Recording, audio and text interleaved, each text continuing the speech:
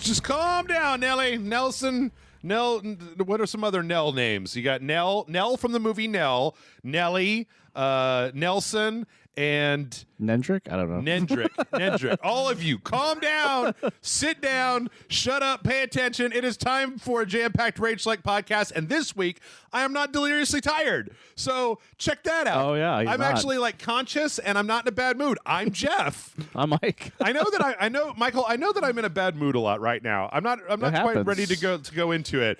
But there's a lot of sleepy, grumpy Jeff, and some of it is some life circumstances that are going on, and some of it is just the fact that like He's being stalked by a predator. there's a predator, and once they lifted the quarantine, Dutch left. He bounced out of here. He bolted. He was like, And Jesse Ventura's like, I have a state to run or whatever, and just left. And you're like, God damn it. He told me something about a choppa. I said, what is that? He said he had to get to it. I said, I don't understand what that is. He said, and then he just left. And, he left all his like cigar butts and just like a lot of mud. He tracked mud all over my house. I kept telling him there's not a predator in my house. That we know of. At this point, who would you rather have as a roommate? We're going to go back to 2 podcasts ago. Would you rather have a predator that didn't want to kill you but did want to kill other people, or Dutch from Predator? Like just Dutch as Dutch himself? Yes. But he does want to go outside. Yeah. Dutch wants to go outside, and the Predator also wants to go outside. You can't stop the Predator. He's going to go kill people, and then Dutch, he's going to just stay inside and then just bitch and complain about it. I feel like with a predator, it would be like having a cat. Yeah. Like it's just sort of fucking around and like not really bothering you, just doing its own thing, and then every now and then it comes back with a skull. If it was like a cat, then the predator would definitely be like play stalking you. Like you'd just be sitting at your computer and hear like that, and turn around and see the eyes like in the upper corner of your room, and you're like, "Fucking goddamn it, George! Don't hunt me! I told you how many times." He's just waiting outside your bathroom for some reason, scratching at the door. What the hell are you?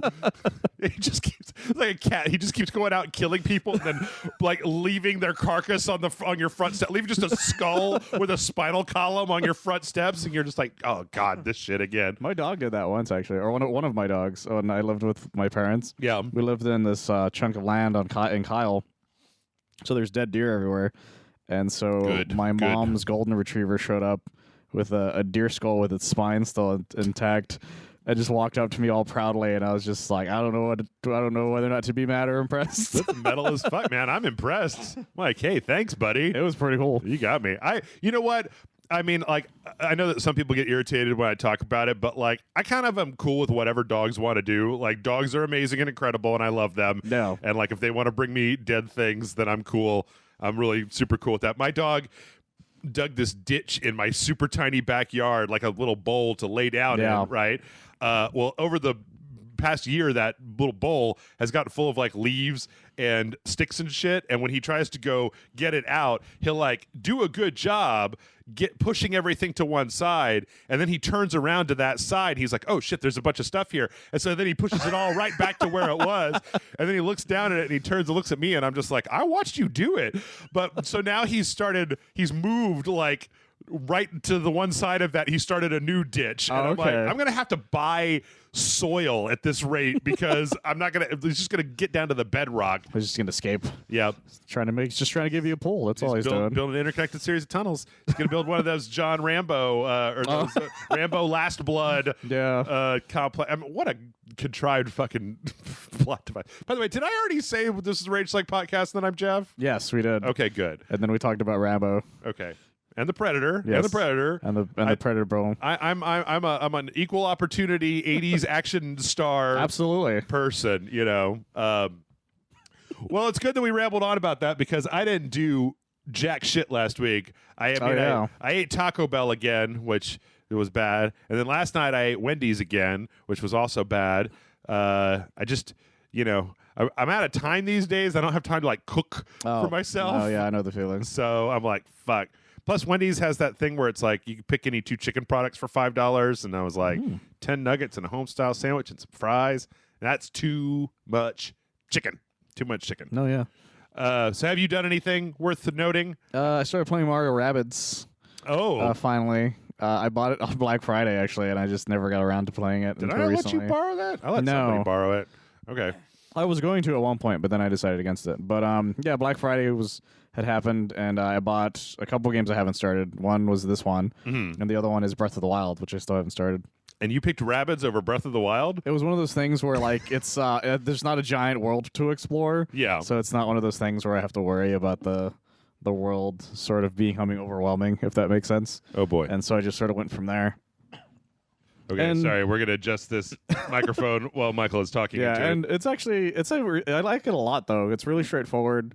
I'm not the best at those types of games. The tactics games, yeah, you've told me you don't even play tactics games. I'm really bad at them normally, but this one is so like straightforward. It's basically just either it's a 50 chance hit or it just doesn't fucking hit or it hits. That's the end of the story kind of thing. So you just go from there. Yeah. And I like it a lot so far. I'm on World 3 right now. It does get harder. Like, it does start to get, I mean, you probably already have seen that there's been like a gradual uptick in the difficulty. I've lost at least 2 or 3 times minimum. Although, like, I've gotten really close a couple times where I barely like inch out kind of things. I remember a long time ago when you showed it to me, there was that area. There's different types of encounters. There's defeat everybody, defeat like a certain amount of people, or reach a certain area. Yes. The reach the certain area ones are so shitty. Especially when you have to have like Toad or something with you. Yeah. Or Toadette. Because they move like 3 feet in front of them. And it's like, do this in 10 turns. I'm like, fuck you. Yeah. Those games love to do that. Of course, I will say no matter what else there is to say, Rabbid Peach is the best. She's so good. All I have is Mario, Luigi, and her, and that's it. I haven't used anyone else basically. I think there's a point where regular Peach comes back, and then regular Peach and Rabbid Peach have interactions. It's great. It's kind of amazing. I love how immersed this Rabbit is as to be Princess Peach. Yeah, but she's like Gina from Brooklyn Nine-Nine if she didn't talk. Yeah, and she's just so much fun. Yeah, no, she is. That's a really good game. It's a really good game. I've been playing Bloodstained and Hunt Down, and I think that's it.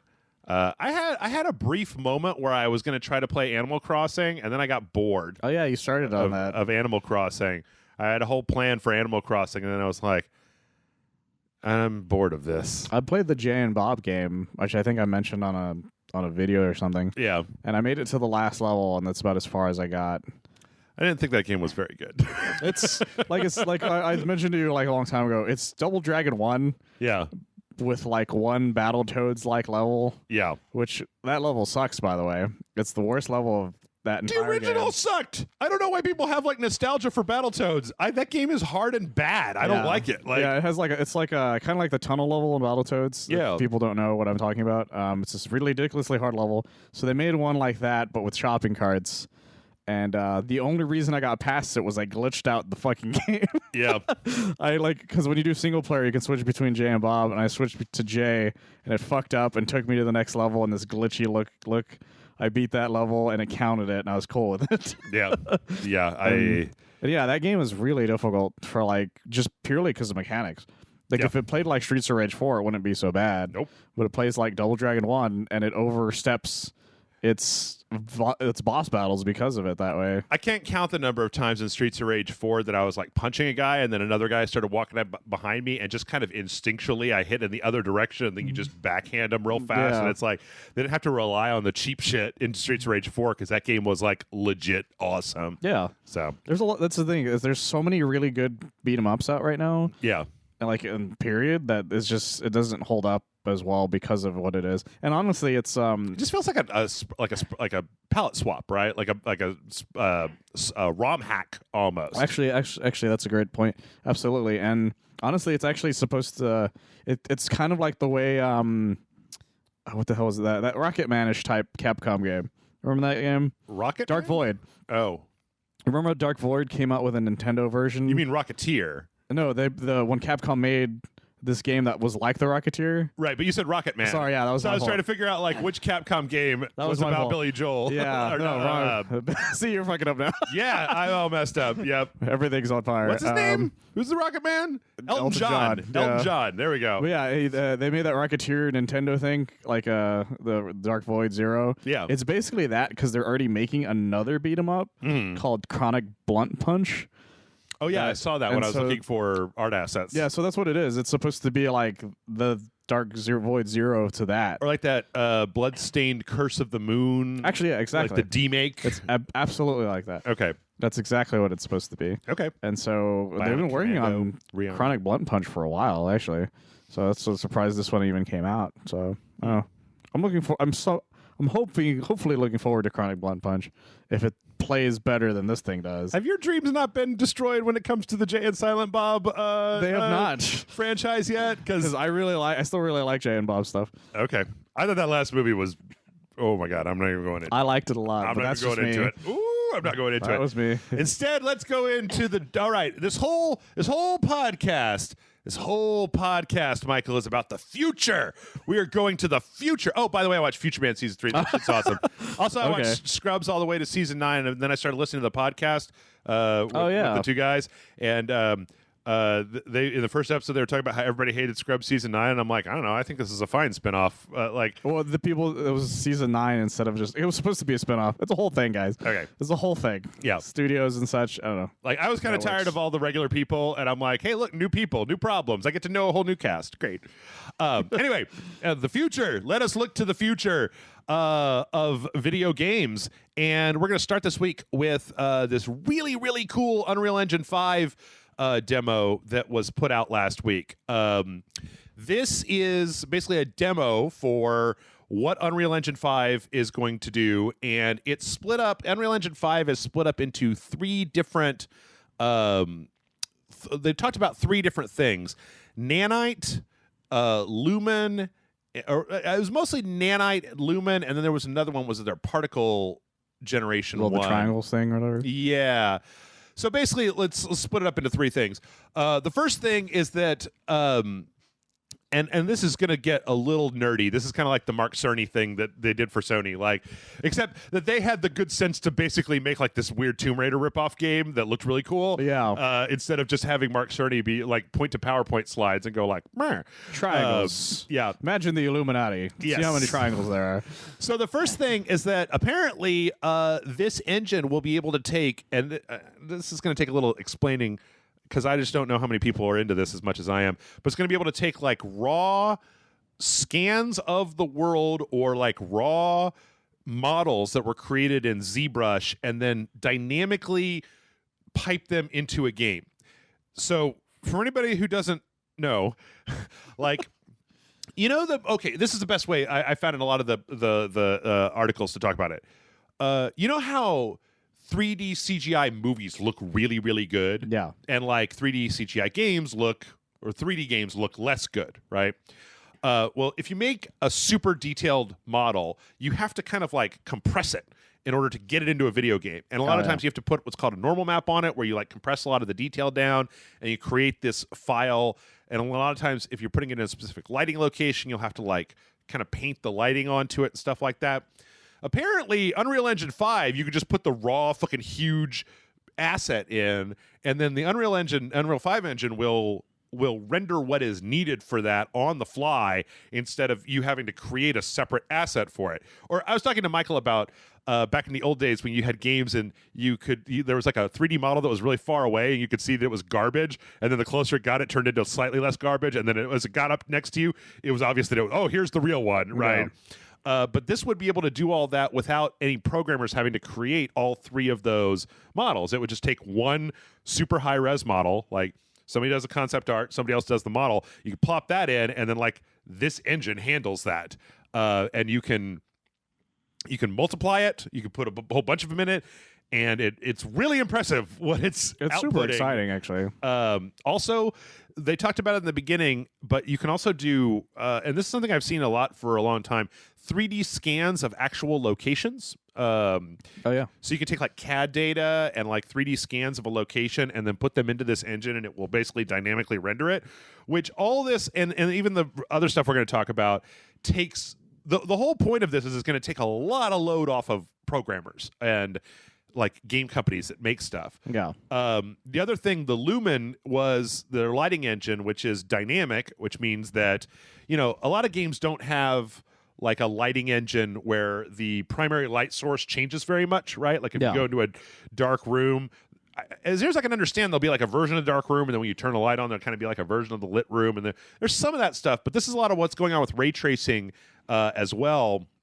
Is that we're getting into this thing where you put a light source in the game world, and instead of having to kind of cheat that light source, you can literally move it around, and on the fly, it will cast the shadows where they need to be.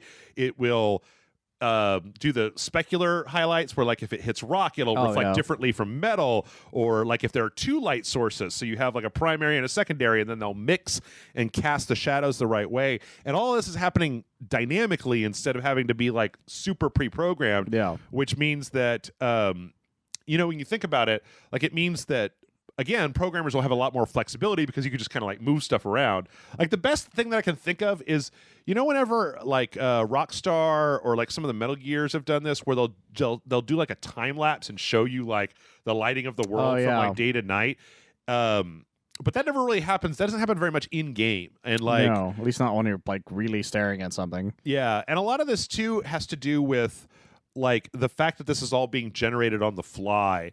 And so you can basically allow the players. You don't have to anticipate like things that a player might do to fuck up your lighting map, because your lighting map is going to be fine because it's being dynamically generated, which is really interesting. Again, cutting down on the amount of time that programmers have to spend dicking around with like what a player might do.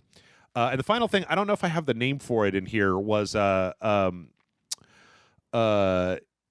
it's this generation system where you can generate like bats or rocks or like scarabs in there. They have like beetles on the floor that react to the light. And it's basically like a particle generation system, except when it's generating. I know this because I took an After Effects class.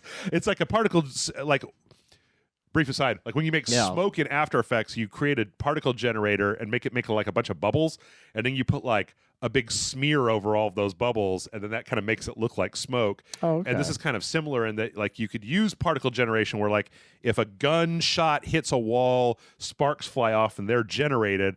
Well, the same thing that generated those sparks could also be generating bats, and then you would just have, each bat that is generated would have its own model and then its own, like, what do you do, bat? Do you fly? Do you go up and down? So there's a lot of that stuff in there as well. But then there's other stuff, like they talked about how their inverse kinematics for skeleton mapping, like where you put the motion map on a character, can be like set to automatically like touch a wall or like do that. Well, yeah. That Unreal, Uncharted, the way that for years I've been fascinated by this, and nobody knows. I feel like nobody talks about it. Nathan Drake has like a whole different series of animations, and then they have this thing that like kind of blends them together so that you don't always. So they're not just doing the same thing. They run slightly differently. When they hit a wall, they'll kind of react to it a little bit more. And I think that the result, I mean, if you played Uncharted, is like a much more realistic looking character. Yeah. Like if you think about how Nathan Drake moves in the first Uncharted game versus how like Ezio moves in Assassin's Creed 2, and how Ezio is very like, he's either running on the ground, climbing on top of a thing. Like when Ezio hits a wall, he puts up both his hands and hits the wall. So all this together is fucking amazing. And like, I think that, and the fact that this is not like a game company showing off new technology, this is going to be a commercially available engine. And the fact that this demo is running on a PlayStation 5 and seems to just be like jamming it, right? Like no problems whatsoever. Yeah. And the thing is, everything is made on Unreal Engine, or not everything, but like a whole lot of the gaming market is made from the Unreal Engine. Yeah. And this is super exciting. And I wish I could take this video and show it to a guy who's playing Pac-Man in the 80s and just go, the future's now, old man. The thing that I think is really interesting, though, about it is, like, you could look at this, and if somebody wasn't telling you why you should be super impressed by it, this could look like a current gen, like a really good current gen title running on a super fast PC. Yeah. Like, this could be an Unreal Engine 4 demo for what it's doing, except for the fact that I don't think that Epic would just straight up make a video and lie. No, I don't see why they would. They're making all of the money off of Fortnite. They don't really need to lie about anything. Yeah. But that unless they're like, if they're not lying, then what this represents is like, one of the things that I've been struggling with, thinking about last week's Xbox thing, right, is like I'm trying to think about what like the next generation of what people expect from the next generation. And I think that I figured out as I was saying it is that you and I played the Halo 2 PC release, right? And maybe what people are expecting is for like gameplay to look like a blur cutscene, to look like the cutscenes in those those Halo things. And like I don't think that I really expected that, but what I think is really interesting is if this works the way they say it does, and if Epic keeps making all the fucking Fortnite money to the point where they don't feel like they have to gouge their customers, it means that entry-level game developers can start to make games that look like Uncharted 4 like by default, right? Because they don't have to worry about like optimizing these lighting maps or optimizing their like the idea that previously we were compressing everything to try to make things as like as efficient as humanly possible, and that now it's like you can put in raw 3D assets, so you can take a 3D class, build like a super detailed 3D model, and you don't have to optimize it. You just plop it in and it works, and then you just put in the light that you want, and like boom, it works. You wrap up the IK on a character model that you bought off the Unreal Store, and suddenly it's fucking touching the wall like Nathan Drake. I'm like, you could just buy assets and make a game that looked really, really good if all of this is to be believed. Oh my god, imagine the Steam garbage. Yeah. The weird hentai games will be super detailed now. Oh, Jesus. What, hentai versus the Nazis? Hentai. There's so many of these weird where it's just like a bad third-person shooter with like an anime titty girl like main character, and then just Nazis, and you're like, what is this? It's the future. Yeah, it's the future. Now it's all going to look like Uncharted. But no, I think this is really, really impressive. Now, the thing I didn't realize until I read the article about it is that this engine is not going to launch with the new consoles. Apparently, they're shooting for an early 2021 beta period for developers to start working with it. Oh, okay. And then its actual release will be in like late 2021, like the end of 2021. So that's fine, though. I'm not expecting all of these, every game to look like this in the next year. I think that if you expect everything on these new consoles to blow your goddamn mind, I think that you don't remember how the launch of the Xbox One and the PS4 was. Well, even the launch of the PS2 and the PS like kind of thing. Yeah, I mean, like Nintendo's had the strongest launches. Well, the Switch had a very strong launch. Yeah, but like had a pretty decent launch. When the PS4 came out, what was it? It was like Killzone, Shadowfall, Resogun. It was just kind of a. I think that was it. Did Infamous come out pretty closely after that? Infamous Second it was Son? Pretty early on, but I think it was maybe even the year after that. And then I don't even remember what the Xbox launched with. What Xbox One launched with. Yeah, I don't remember. Was there a Halo? No, that was later, right? No, the Halo 5 didn't come out for a while. It wasn't Gears. I don't know. I want to say it was Sunset Overdrive. Okay, that makes sense. Sunset Overdrive, maybe like a Forza or something like that. It was a lot of stuff that at the time people didn't really care all that much about. And that's the thing is a lot of release titles aren't really all that memorable. Yeah, like the Wii U's launch stuff was like Zombie U and stuff. Yep. Like nobody remembers what they were. Yeah, I mean, like the Switch was the one where they really got lucky, where they were like, we launched with the new Zelda game, and like 3 months later, there's a new Mario game, and it's like, fuck you, Nintendo. Thank God for them at least trying in the beginning. Yeah. So anyway, from there, okay, that's way in the future. Let's go back to a little bit closer future because. Strangely enough, we had an 18-minute presentation of Ghost of Tsushima today. Yes. Which is like that happened right before we started this podcast. It was, yeah. They caught me off guard. I didn't even make any Samurai Jack jokes about it. Yeah. So this is kind of the first time we've seen like unencumbered gameplay, just like somebody playing Ghost of Tsushima. And it's interesting. I'm not going to say that it's like the best looking game I've ever seen in my life. No, it's not like graphically super impressive.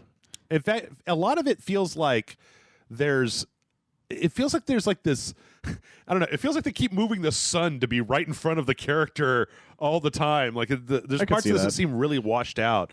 So there's some gameplay stuff here. They showed us like kind of exploration using like the wind. You gotta paint with all the colors of the wind to find out where the strongholds are. It's a very interesting setup for exploration. Yeah. It's like, we definitely have a horse. There's some kind of like, you know what I like? I like being able to pick up resources while you're riding on their horse or while you're running by them, instead of having to make me stop and pick it up and then keep going. We got a little bit of combat. The combat, it was hard to tell like what the mechanics were. Well, they said that there's two types of combat. There's like a straightforward up in their face thing, and then there's another type where it's just you being basically a ninja instead of a samurai kind of thing. Yeah, it goes from like Arkham to Assassin's Creed, depending on what you're doing. It really does remind me a lot of an Assassin's Creed game. Yeah. Like if they made an open world Assassin's Creed game, but not like the current ones, like the previous ones. Yeah. There does seem to be some, like, I'll tell you what the combat reminds me most of is The Witcher, because it appears that there's like a small stepping dodge motion that you can do, and it also appears that there's a parry, kind of a Sekiro style parry. It also reminds me a little bit of Nioh with the way the bow works, where you can pull the bow out. I can see that. Now, I don't know about you, but whenever I'm watching a presentation, I always stop and read all of the screens. But there was a point where they talked about customization, and there was some stuff that was really interesting in there about like smoke bombs give you back health, being able to throw like a thing and then any enemy that picks it up is poisoned. Oh. So I think there's a lot more going on in here than this trailer. I don't know if this trailer really showed us. I don't know. It's possible that I was slightly underwhelmed, but a lot of that is probably because of my own kind of internal hype for the game. Well, the thing is, I wasn't overwhelmed, but I wasn't underwhelmed either. I thought it was kind of cool, like especially the way the kills look like when you do the samurai thing. Yeah. Because it's this really cool sort of, like an old Kurosawa film where it's just the slash and then the dude's just dead. Yeah. Like I love Bushido Blade style. Yeah, I love that shit. And then when it goes into the Ghost of Tsushima kind of way of playing instead, it goes full on like Assassin's Creed mixed with Arkham kind of thing. It reminds me of murdering the hell out of everybody. Like Metal Gear 5 a little bit. Yeah, too. That's actually probably the best thing I could probably compare it to, because of the way the way you kill, the way the people view you, kind of thing, as well as just like how people react to you. Yeah, I like the whole like as your story gets more widely known, people will start to like fear you like some kind of demon. Like there's one point where a guy's just like, ah, yeah, just throws his shit down. He's like, well, fuck all of this. Yeah. I don't know. I mean, this is one of those ones where like it's hard to tell from even this amount of gameplay. This is one of those ones where like I need to get it in my hands, right? Yeah, no, like absolutely. If it feels really good, that'll be definitely good. If the story, like we've had a little bit of story trailer, but not much, but if the story is engaging, if it feels really good, because like Infamous Second Son felt really good. Like the actual movement and like the kind of running and jumping and platforming and stuff. So yeah, I mean, I think it looks good. I don't think I think it hasn't blown my mind. I don't think Michael made the mistake of watching the YouTube chat while you were watching it. And I don't think that like this 18-minute presentation means that Sony won or Xbox won. And even if they did win, we're like 6 months from a new console anyway. So what the fuck are you even talking about? Shit doesn't matter anymore, guys. There's a lot of cool stuff though from this presentation that I thought was really neat. Like just little things. One is that it will have a Japanese voice track, which I think is a really cool thing. And it's got a black and white mode. Yeah, the like old samurai movie filter basically. Yeah. I thought that was really great. It's such a great idea. Yeah, and it just means it shows how much they care about this sort of world. And I'm really excited to see where it goes. Yeah, me too. It looks really fun. I mean, I'm trying not to get like into that thing where you're so ready for the next thing that you're like judging everything based on the next thing. Oh, it's like, difficult. This isn't The Last of Us 2. So, which I'm okay with. Yeah. But yeah, I don't know. I think it looks good. I'd like to see more of it, and I definitely would like to get my hands on it. Yeah, absolutely. From there, we're sticking with Sony for a little while because we also got a little Last of Us 2 inside the story. Michael didn't actually watch this, but I did.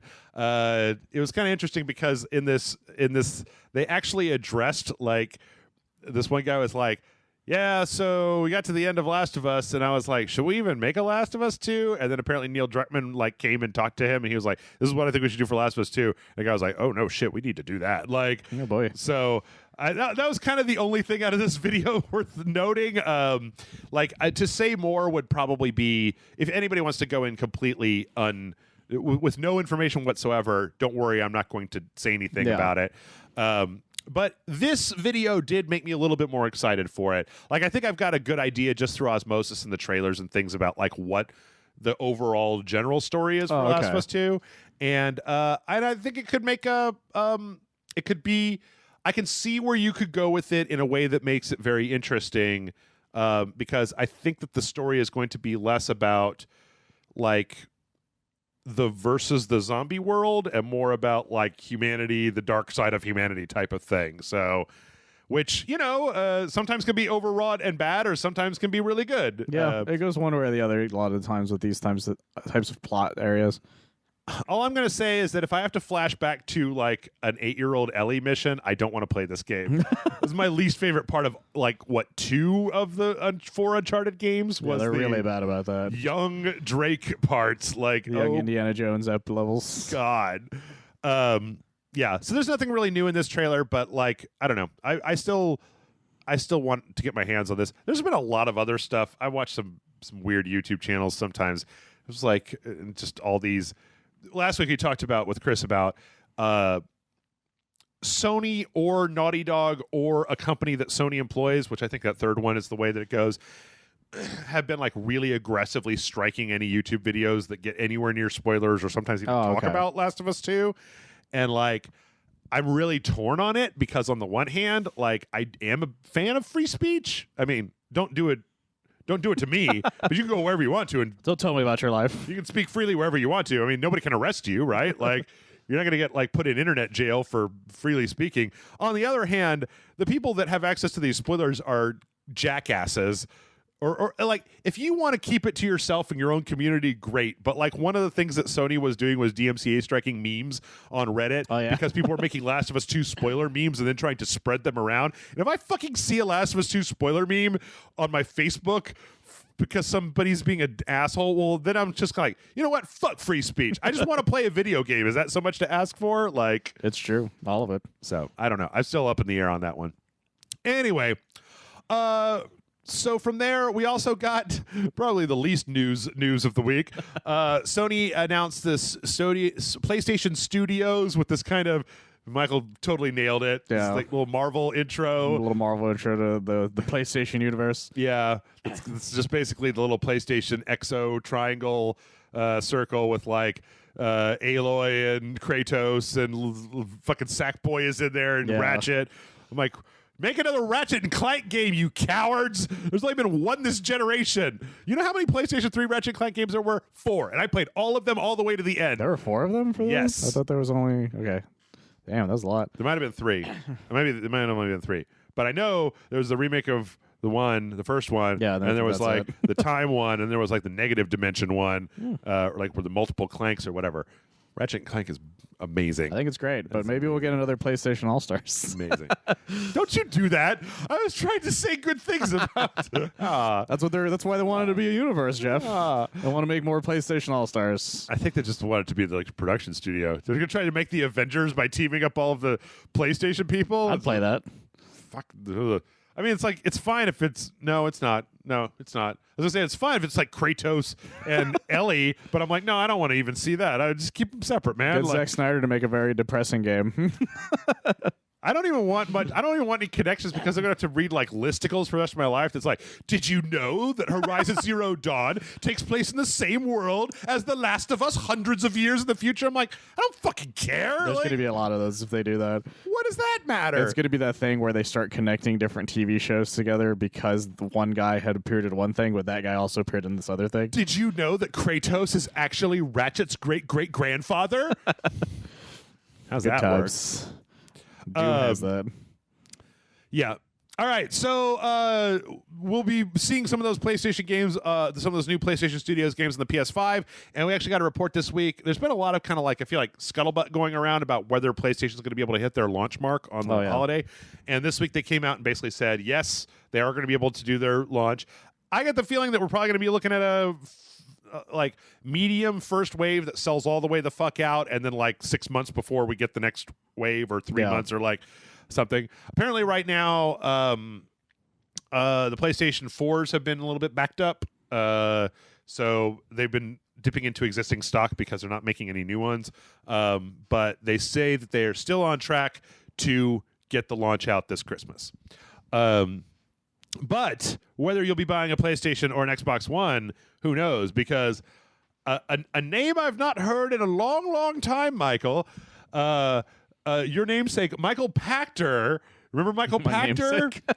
Industry speculation man? I haven't heard that name in a long time. Yeah, exactly. That's what I just said.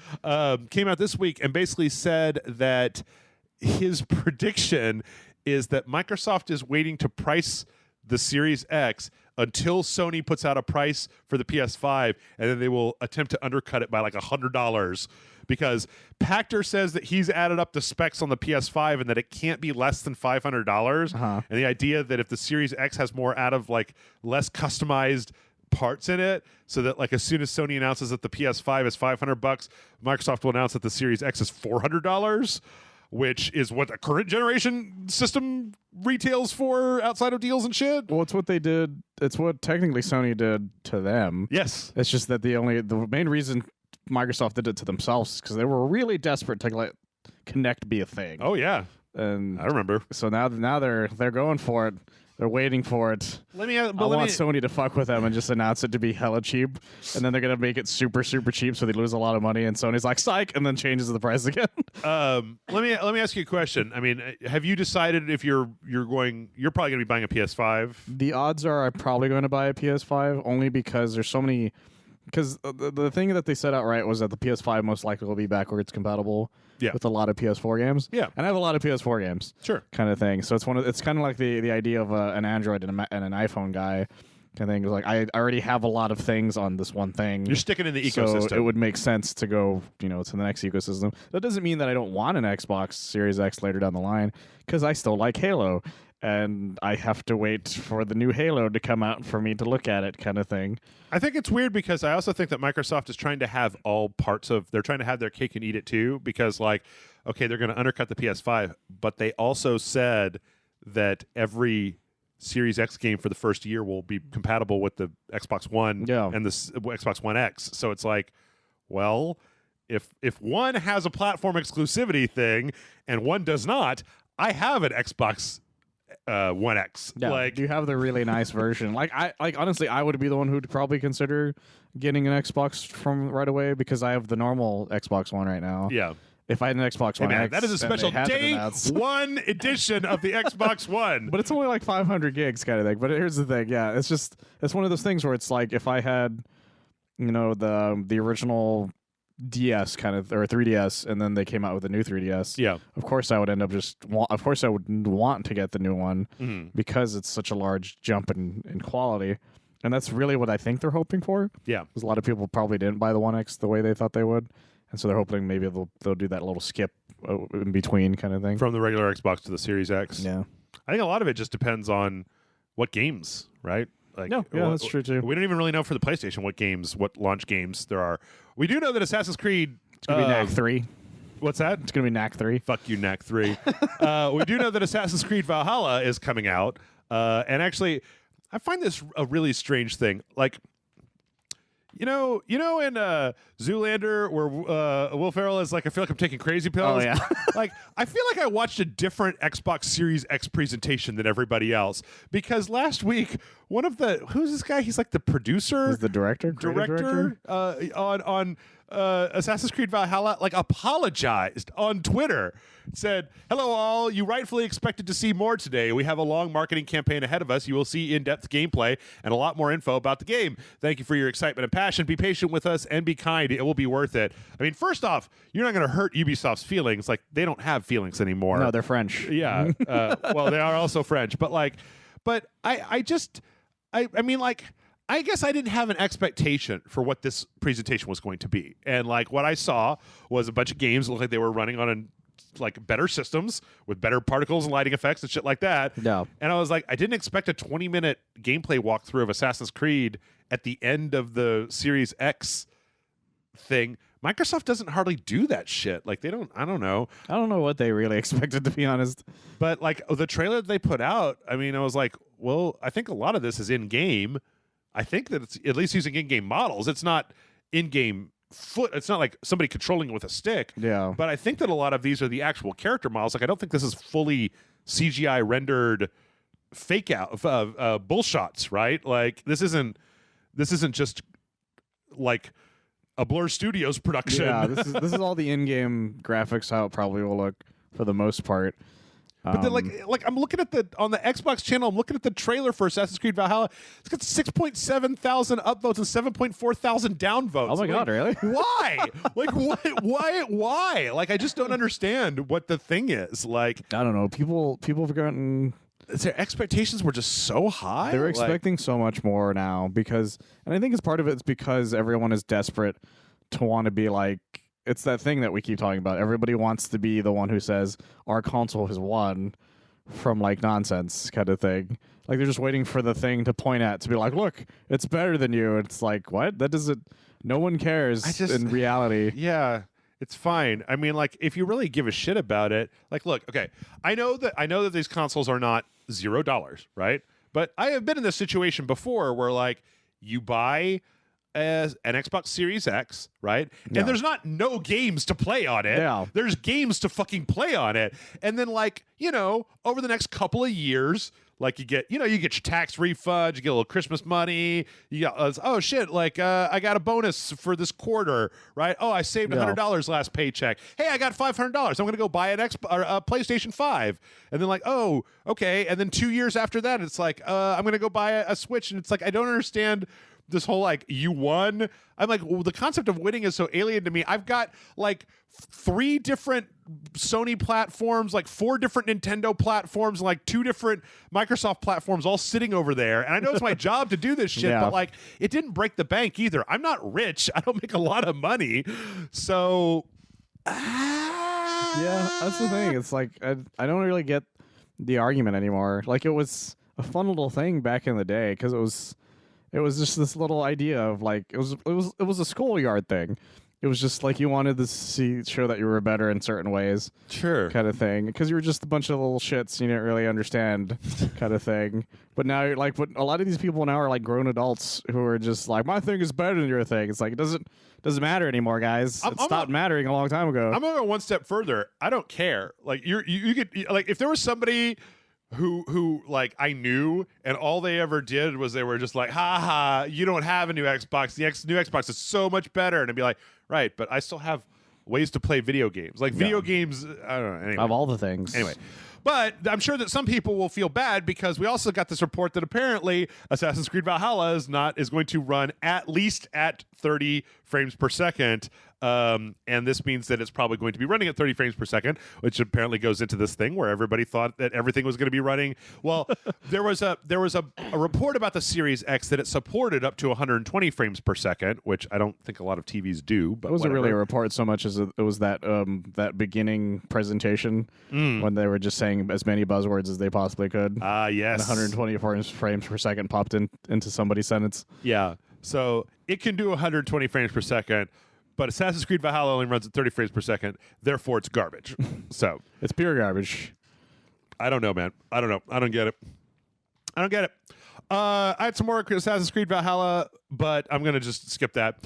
But I do have some more Ubisoft in here because Ubisoft put out another earnings call, and we've talked about this before. Where they basically have like 5 like AAA games announced for the fiscal year, which is April 1st, 2020 to March 31st of 2021. So of those, well, Assassin's Creed Valhalla, Watch Dogs Legion, Rainbow Six Quarantine, Gods and Monsters, and then one more unannounced AAA. Huh. Will you all please join together with me and pray for a fucking Splinter Cell, not Assassin's Creed, for a Splinter Cell game that is not bad, for a good Splinter Cell game? I don't even know if they made a Splinter Cell game if I would want to play it. I feel like it would be super tactical at this point and all like crazy. Well, as long as they get Michael Ironside to be Sam, I don't care what it is. Yeah. Anyway, maybe we will find out soon because it turns out that Ubisoft is having they announced their digital event. Ooh, so Ubisoft Forward is going to be happening on July 12th, which is basically going to be their E3 press conference, just changed up. Neat. So if you are looking for some information about Ubisoft stuff, which, just take a second and think about it. Do you not think there's going to be like 20 minutes of in-game footage about Assassin's Creed Valhalla? Would that happen more at if this was E3 and Xbox, they had a thing, the Xbox show was first, and it was like world premiere, and then it was Xbox Assassin's Creed Valhalla, right? Yeah. And then like 2 hours later, Ubisoft was having their conference, and Aisha Tyler comes out on stage. She's like, "Next up, I want to bring out Assassin's Creed Valhalla." She's not Oprah. I'm not. I just don't know why that happened. But you get a Ubisoft. Yeah. And then they would come out and they would show somebody playing Assassin's Creed for 20 minutes at the very end of the show, right? Yeah. That's how it would work. That's probably what would happen. Just was split up here. So July 12th, you can all downvote another trailer. So I care a little bit about that, but I'll tell you what I care most about, Michael, because we have a lot of different announcements for events that are happening. Uh-huh. And we got confirmation last week that the most important thing of every year of gaming is still happening. The Devolver Digital press conference is still happening. I should have saw that coming. We don't have a date yet, but we do know that they have confirmed, because I need to know what happens to Nina Myers or whatever her name is, or Nina whatever. I can't remember, but I am very excited about that. Because they have the best one. Oh, absolutely. I remember the year they asked a bunch of YouTubers to make like a series of like essentially commercial bump like things for them, but they were all terrible. And they were like, because even Funhouse made one, which caught me off guard because I was watching it and I was like, normally these videos are like more well done. And then I realized I saw a bunch of other YouTubers do the same thing, and I was like, oh, Devolver, I love you guys so much. Like, you guys are, because like I love that because it was like. Because I can't remember whose it was, but I remember it was like as if they were reading from a paper, like Devolver Digital, or they're like, "Who are these guys?"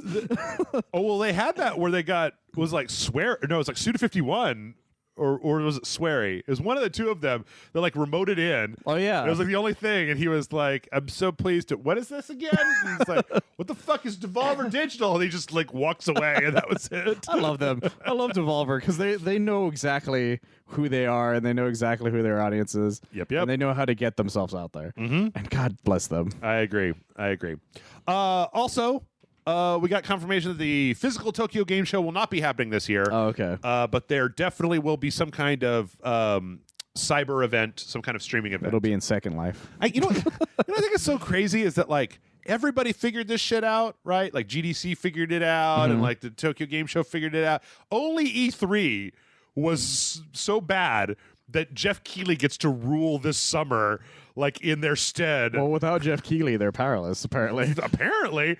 I mean, all the game companies kick back money to them. What the fuck are they doing? Are they just, I don't know. Just hanging around blowing hookers? Like, what the hell? It's just an old guy staring at TVs going, come on, present things. So, yeah, you might not be able to go to the Tokyo Game Show, but you'll be able to watch it. You'll also, this summer, get to play the brand new and improved seasonal content from Fallout 76. Oh, God. Had you going there for a second. Let them die.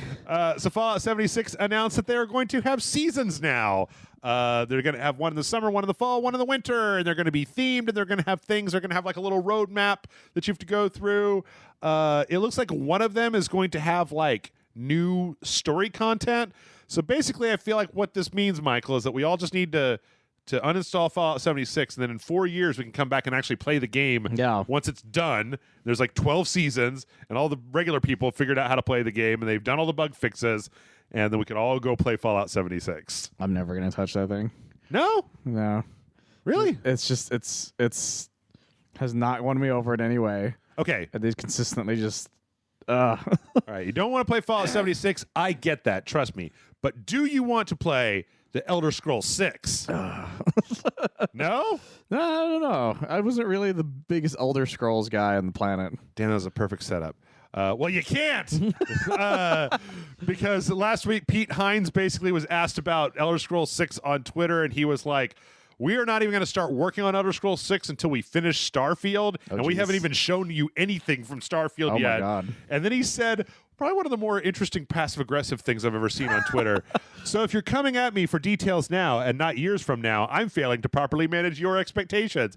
I feel like that should just be written under the sign for Bethesda. Bethesda, we're failing to manage your expectations. Those sons of bitches. Yeah. I swear. Yeah. So you can't play Elder Scrolls 6 until a million years in the future. But strangely, in 2 months, you'll be able to play a new fucking Paper Mario game? Oh, yeah. What the hell? Paper Mario. Yep. Paper Mario Origami King got announced today, as of us recording this. Yeah. With a release date of July. You know what? I get it, Michael. It was supposed to be the year of Mario, and then the coronavirus fucked it all up, and they couldn't announce this stuff, and now they're like, we had like a remaster of 64 Sunshine and Galaxy. We had a brand new Super Mario. There was like totally an E3 Nintendo Direct that was like back-to-back Mario that got all messed up by this. They probably recorded it and everything. Has there been DLC for Super Mario Odyssey? There has, right? I don't know about new suits. There's been just random things like the Luigi balloon thing was part of that. I wonder if there'll be some DLC for Odyssey or maybe like the eShop. Everybody gets a copy of Super Mario World or maybe more Rabbit stuff. Maybe more Rabbit stuff. Maybe Mario Rabbids Kingdom Battle 2. That'd be cool. Yeah. So anyway, Dr. Luigi 2. It's not the year of Luigi, it's the year of Mario. I had to put up with that entire year. So this trailer starts out really disturbing. Yeah, it's actually a really disturbing little thing about how Princess Peach is now origami instead of paper, and she asks Mario to crease himself like her, and he says no, and then she says it doesn't matter what you say and drops him in a pit in this really weird thing. I do like the paper thin pun though. Yeah. So it appears that there's going to be a whole origami versus paper, because paper Bowser gets all folded up and he's going around behind Mario as just a folded piece of paper, and Mario's still paper, but then all the baddies seem like they're origami. And I really like that idea though, because it takes the whole concept of the paper thing and actually tells you, hey, this world is in fact paper. Yeah. And origami is fucking trying to take over. Yeah. And I really like that idea a lot. That, and then there also seems to be some kind of paper mache stuff going on from time to time. But yeah, there's a brand new goddamn Paper Mario game. Yeah. I've never actually had the console to play a Paper Mario game and then the will to do it when it came out. So I'm actually really excited because this would be my first Paper Mario game. Oh, really? I think. Yeah. Yeah, because it was they made quite a few of them. The 64 one, the GameCube one. Yep. I think there was one on the Wii U, question mark. I didn't have a 64. I didn't play the GameCube one, and then there was one on the Wii, I believe, right? Was the Wii not the Wii U? I think they made a handheld one at one point, too, if I remember correctly. But I can't remember. I might be thinking of something. Oh, I remember now. It was the crossover between Paper Mario and the Mario Luigi All-Stars. Oh, really? There was a crossover between the two of those? If I remember correctly, there was a crossover for that. Huh. Okay. It's been a while. No. Well, you don't have to wait a while to play this game because it's coming out on July 17th. Yeah, it's actually that's the most surprising thing about it is that they're just like, oh, by the way, it's literally a couple months from now. I'm like, well, fuck. Well, think about it, Michael. If I can't remember my dates exactly, but was E3 in July, right? It used to be in July, or was it in June? No, it's May, June-ish. Yeah. So think about if this game is that done that it's going to come out in Mario and Luigi Paper Jam Bros. Yeah, no, Weird. I found it. Yeah. What the fuck is that? It was a 3DS game. Never heard of that. No, sorry, I was looking it up. But think about it. If this is available to come out in July, it's done. It's already done. Yeah, it's been done. Right. So can you imagine at E3 the Nintendo Direct with a new Paper Mario game, and it's out today? Oh, Jesus. That would have been the most mind-blowing of things. I don't know why they didn't do that. They still could have done that. Yeah. I don't know. Maybe they're just got all this like. I also have the feeling that with all this Mario stuff, that it's all just stacked up at Nintendo, and like the more somebody's like, "Hey, we got a new trailer for Metroid Prime 3." They're like, "Oh fuck, I got like 8 Mario games to announce. I haven't even announced them yet." That's crazy though. Like I love Mario, and I'm glad they're making more stuff with it. But yeah, it's great. Bad news for Nintendo is that apparently Nintendo Switch's productions is split over many different countries, so it's not all focused in China. Yeah. Apparently a lot of it's in Malaysia and in the Philippines as well, and Malaysia and the Philippines are still on like a direct lockdown. Mm-hmm. So apparently Switch production is like way down, and it's probably only going to get worse for a little while. Oh, fuck. So if you have a Switch, hold it tightly.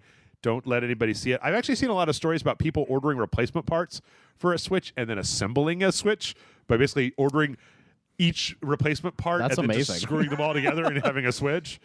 That's so fucking crazy. I'll make my own Switch. Yeah. Blackjack and hookers. Yep. All right. I gotta run through some of these because we're out of time. In spite of my, We actually slimmed it down too. Yep. It's just imagining your head, the Mario noise.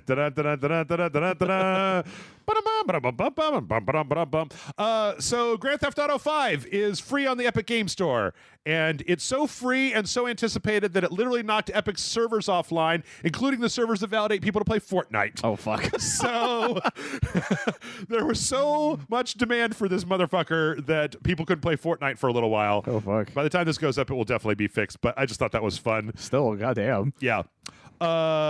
Steam is probably going to be doing a loyalty plan soon. There's some data mining going on that expects that there's probably going to be some points-based status and maybe even some new ways to rate games besides just thumbs up and thumbs down. Maybe some Probably a new good idea, yeah. So, here we're going to be starting to move into the trailers, but I don't have a trailer for this. Speaking of the Predator from earlier, yes, Schwarzenegger is coming back to be in Predator Hunting Grounds as Dutch.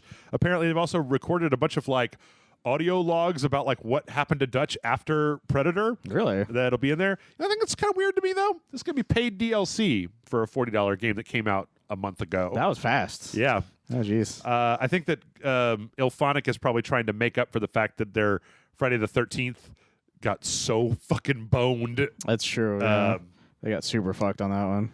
But, you know, hopefully the voice will be good. It will be better than the voice in Mortal Kombat. Yeah. Which we also got a trailer for last week. Gameplay trailer for Mortal Kombat Aftermath that's coming out. We did. Got a lot of, this is just a lot of fighting. New characters look fun. I'm not really the biggest Fujin fan in the world, but I do love me some Shiva, and I like the amount of stabbing going on with RoboCop. Yeah. So I saw like it was on like Polygon or something. There was an article that was like, watch this new trailer where RoboCop shoots Baraka in the dick. And it was like, that's something that happened in 2020. It's kind of amazing, and I do adore the fact they got Peter Weller back. Yep. And I know he doesn't do half the shit he does in his fight in anything that exists, probably. Yeah. But I'm still really excited. Like he has a shield and a flamethrower. Yeah, that's true. And rockets and shit. It's like, what the fuck? You just watched RoboCop 3, so you would know what's in He had like a jetpack in RoboCop 3, right? Yeah, he had a jetpack, but he did have something rocket and flamethrower like, but it was like this extension arm thing or something. Oh yeah, he had like a big gun that fit on his arm. Yeah, that fit on his arm. It's probably like some of the stuff they took some of that stuff from.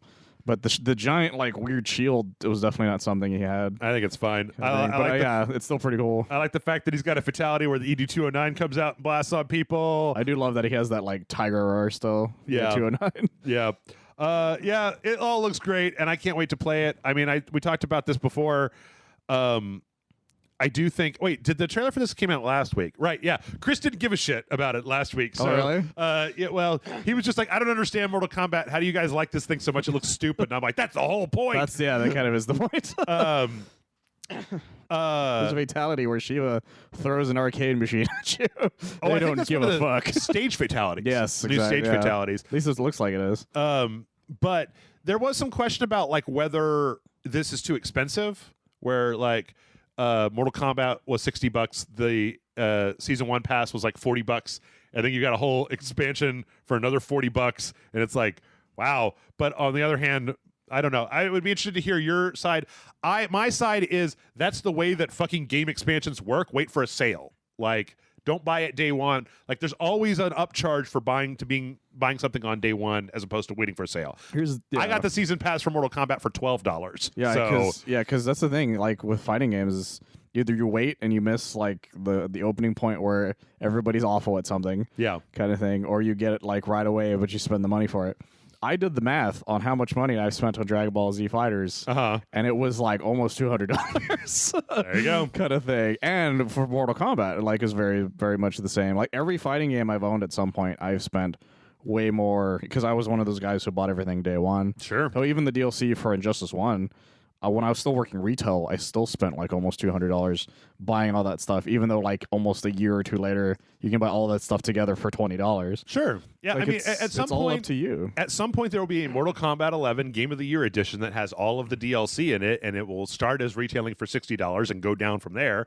The longer you wait, the cheaper video games are. Exactly. Like, if you want to be part of the zeitgeist, you're going to pay a fucking premium. Like the game industry has done, like they know that you're excited and that you want it now. Yeah. And so they're going to charge you for it. And if you wait, you won't get charged for it. Like MKXL, which is the Game of the Year version of the last one, right now is like $8. Yeah. Nowadays. Yeah. Like, Injustice 2 is hella cheap. Like, yeah, exactly. And that's the legendary editions of all these things or whatever. When I bought the DLC for Mortal Kombat 11 for $12, I think the full gold edition was like $40. So, anyway. So that looks great. We also got the announcement that Tony Hawk Pro Skater 1 and 2 is coming back. Yeah. This actually looks like a really good remaster of Tony Hawk Pro Skater.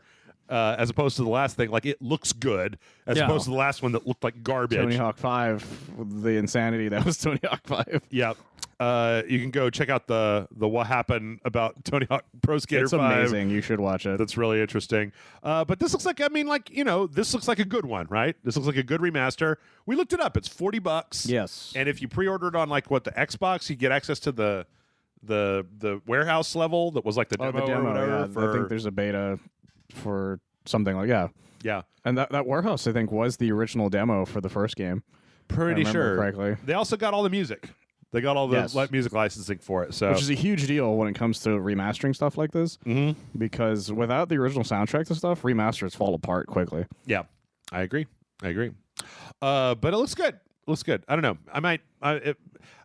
If this was 1 week ago, I would have 100% bought this and put the demo on Rage Select, but like, dude, next week Gorn comes out and Maneater comes out, Mortal Kombat comes out, and fucking everything comes out. There's a lot of cool stuff coming out. You know what? I just realized this is the month of Michael. Yes, because we played really good month for me. Streets of Rage, and then we played The Wonderful 101, and then we played Halo 2. Spoiler alert for Monday. And then next week we're gonna play Mortal Kombat 11 DLC when it comes out. I'm so excited. So I bought that DLC already, like so quickly. Yeah. If you want to know where I stand, I bought the fucking DLC already.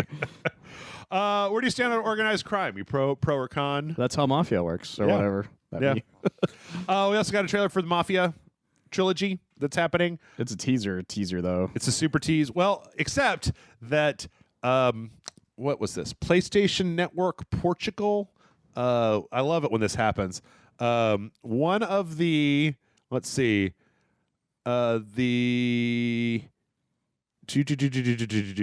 that's not it. It was there we go. The Portuguese Microsoft Game Store accidentally put it up.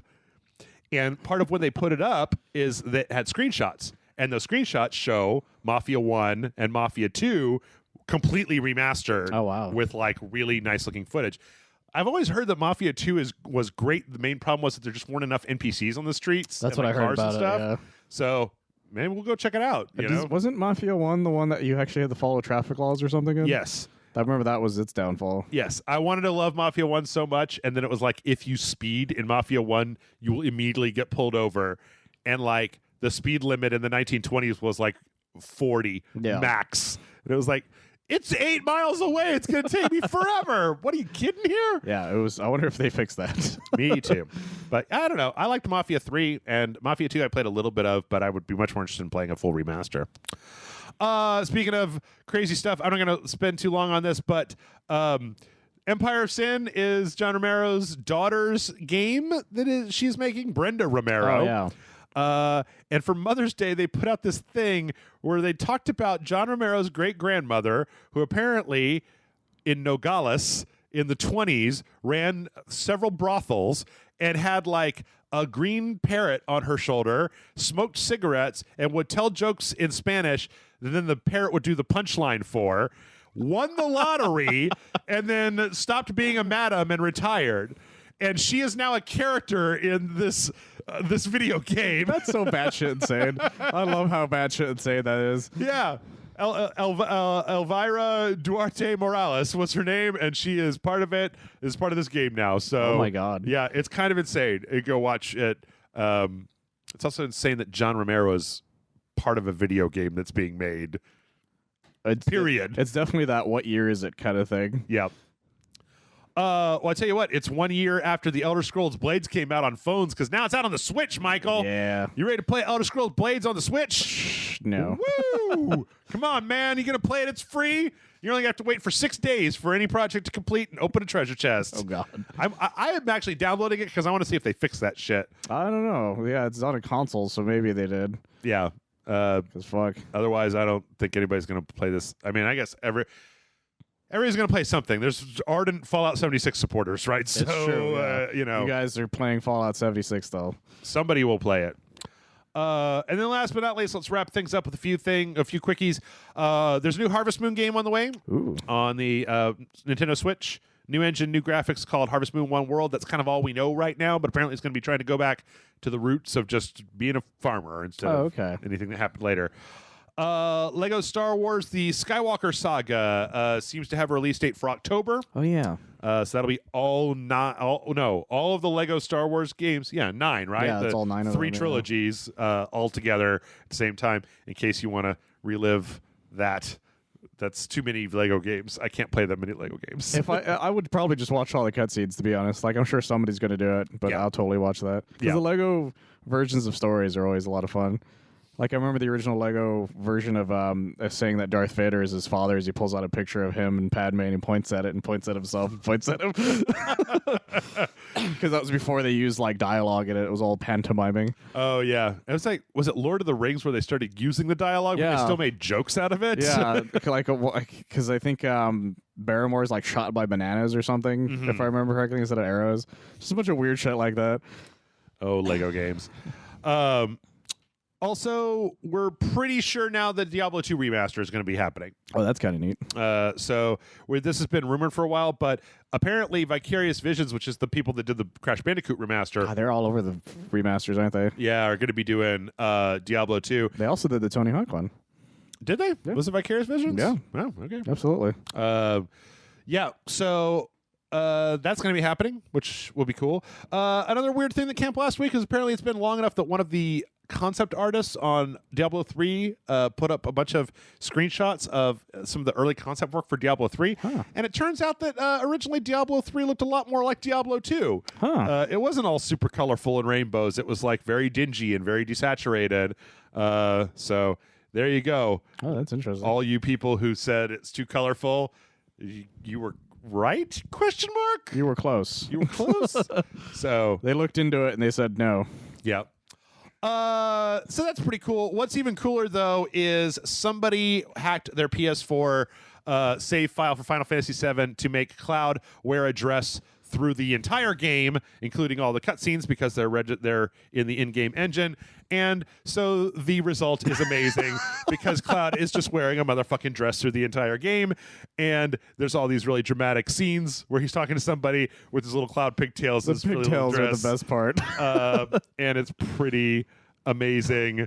I like the fact that even the action scenes have him in the dress because of the way that it's rendered. So why is this not the default option is all I'm saying. I don't know. It should just be the thing. You know what, Michael? I bet there are a lot of people in this world who would pay you like $10 to play as Dress Cloud the entire time. I would spend $20 on that right now, this exact moment. Yep.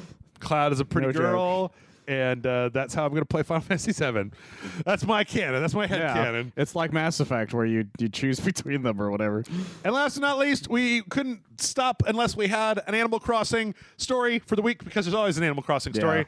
And I didn't know this, but apparently Gary Whitta has created an Animal Crossing talk show. Wait, what?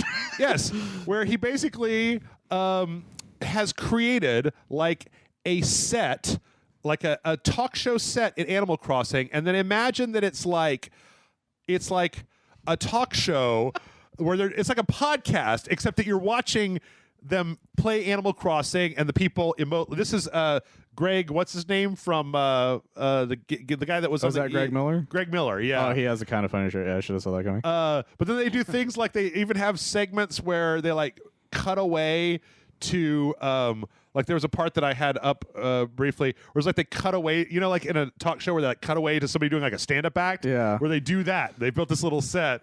And apparently there's been a few of these, and there was even one where T-Pain came on. What? Yeah. And like the people that they're having on are like actual, I mean, they're not like nobodies, but they're not exactly like A-list celebrities Are either. they just like on the phone or something, I assume? I think they're they're somehow they're like Skyped in or something, but then they're actually using like the emotes of the Animal Crossing characters, like when they're talking and stuff. So, but nobody's lips move. It's kind of amazing. I was actually looking at this though, because it's called Animal Talking. So there's this one, episode 9 with Greg Miller, Chuck Wendig, and Samantha Ruddy. As of recording this came out 2 days ago. It's got 5,000 views on YouTube. Oh my God. Like, I don't think anybody knows about this. No, I had no idea.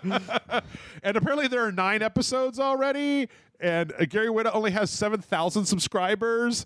So that's crazy as shit. Go check it out, I guess. You should do. That's fucking nuts. Yeah. People adapt, man. Just modern problems require modern solutions. I agree. I'd rather watch this than those dumb. I watched a little bit of Saturday Night Live trying to make every joke out of Zoom, and I was like, yeah, it's not great. But you guys know that animators exist, right? Like, you could just do that. You know, you remember those? You remember those old like? It was like Taiwan. Like recreation with super bad CGI characters they used to do. I would watch a whole episode of Saturday Night Live where they just did all the voices, but then all the visuals were just those super shitty old like CGI things. Anyway, that's it. We're done. No, we're not done. We're taking a break. Don't stop. Done with the segment. Don't stop. We'll be back. We'll be back with questions. Don't hit the stop button. Keep going. Listen to the music. Listen to the music.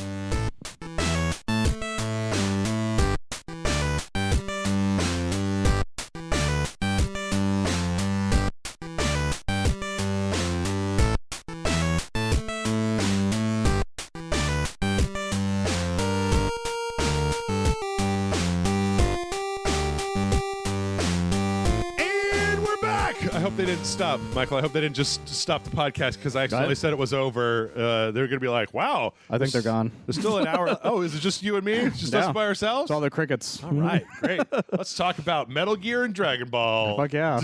Let's do this shit.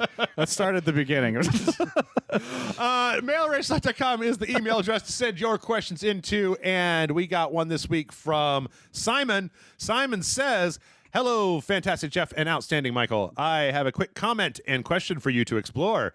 2 weeks ago, while talking about the Final Fantasy VII Remake, you wondered why there was so much nostalgia for the original when arguably 6 was a better game and should elicit even more fond memories. I think I probably know where this is going, but okay. Although it was well received, it didn't sell well outside of Japan. For Wikipedia in the United States, where it went on sale in the last quarter of 1994, it became the year's 8th best-selling SNES cartridge. Despite this, it was not a commercial success in that region, according to Sakaguchi. So while a lot of people discovered Final Fantasy VI since and loved it, myself included, it happened later, so less nostalgia than the best-selling of the series. Sorry to ramble on. Now my question. You often mention games and series being too long to be able to really enjoy now that you have a life with responsibilities. I was wondering if you can think of any game series or whatever that ended and left you needing more of it to enjoy. So too short. Thank you for the entertainment and emotional support your content provides, especially during these trying times, and stay safe. Simon from weird French Canada. Okay. I mean, I'll just briefly say, I mean, like, I get it. It's just one of those things. I think everybody in their life has a thing where everybody's super into a fucking thing and you're not. and then something happens, and everybody's just like, "Oh my god!" And you're like, "What?" It's just, I mean, it's just Ocarina of Time, guys. It's fine, like it's fine, but like, what about this thing that's far superior? And then everybody's like, "I didn't do that." And you're like, well, you should. It's great. And they're like, no. I want this thing over here. Like my well-trodden feelings about Final Fantasy VII Remake are very explicit, and they come from about 8 different directions. There's a lot of stuff of us talking about it. Yes. That 2 podcasts ago was me arguing, apparently. I don't remember any of it, to be honest. We were both very, very tired. We were very tired. I was very tired last week, too. I read a comment where somebody mentions it, and I'm just like, what the fuck was I saying? I don't remember any of this. Yeah. So, yeah. Anyway. I will say, Simon, of course there are games that are too short. I prefer games where when I get to the end, I'm just like, oh man. You're like, was that it? Yeah. In fact, a lot of times when games are too short, I'll end up playing it a second time because I'm just like, let's go, buddy. I'm trying to think of some good examples. Brutal Legend is one. Which one? Brutal Legend. Brutal Legend? I thought Brutal Legend was great, but I was surprised at how much shorter it was than I thought it would be. I think the one that always comes to mind for me is we mentioned it before, is well, actually we talked about it before the show started, is Stick of Truth. Because I was like, oh, they didn't pad this out like a regular RPG. Like it's very just like boom, boom, boom, boom, boom, and then you're done. Like even if you do everything, it's still shorter than any other RPG. 100% that game in like 12 hours. Pretty short, yeah. Like, and especially with the like I could see them padding out like the Canada part where it turns into old Final Fantasy. Oh yeah. Like having more random encounters. Like there were a lot of things they could have done to pad it out. I'm always in favor of shorter rather than longer because longer you get bored, and shorter you're like no more, which is a better. It's a better feeling to have than to just be like that. I'm trying to think of some other ones. The original Luigi's Mansion I thought was really short. Yeah. Especially compared to the Mario Sunshine.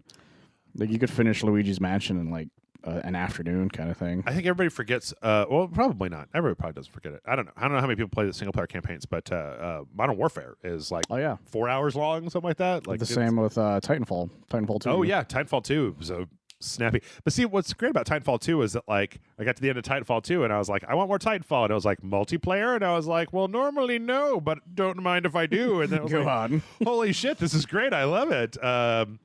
Trying to think of some other games where I feel like I just really like tore them up. A lot of shooters are like that, to be honest. A lot of single player shooters. Even the first Doom and Doom Eternal, I felt like weren't as long as I wanted them to be. Yeah, they're still fairly like a decent size. It's just I want to just murder more. I think the thing with Doom 2016 was that it was short if you just played it, but if you like scoured every level from top to bottom, then it was fine. You know what? I'm gonna say one. I think it's gonna be really weird when I say it, but when Hitman 2016 was coming out as an episodic thing, those levels were just a level. It was just one level, and like you could play them over and over again. But it started to get to the point where once you built up a lot of the unlocks in that game, it was like, man, I'm gonna fucking tear this level's asshole out. Like I know I've got everything I need to do this in like 4 seconds. There were a few, but the problem is it's been a while since they've been doing stuff like that. You know, as much as I liked RE3, the RE3 remake felt a little short, especially compared to RE2. Yeah. But that's just what it is. So that's true. I'm trying to think of some other ones. It hasn't been a recent problem. More recently, the problem has been they're too long. Too long. Yeah. And, I felt like I think BioShock 2 was also really short when it came out. It's like, it was like an 8 to 10 hour. Yeah, because BioShock 1 was longer than it was. Because they added a multiplayer to it, so it made it a little longer or shorter for some reason. Yeah, I don't have a whole lot installed on my computer or on my PlayStation, which I have booted up right now, so I can't really figure it out. I'm trying to think of. It's just some of those games that I played. A lot of them were like old PS1 games, like Medieval and the original Metal Gear Solid is really really short. Same with some of these other games. Like a lot of those games where if you knew what you were doing, you could finish them very fast. Yes. Even the ones that you thought were really long, turns out they're not that long. You just really need to know what you're doing. Shit, man, tell me about it. I beat Dark Souls in like 8 hours now. Like Dark Souls is a game that I could just play through in an afternoon, right? Because I know where everything is. I know where I'm going. I know what I'm doing. I know how to beat all the bosses. Like, yeah, exactly. You just go.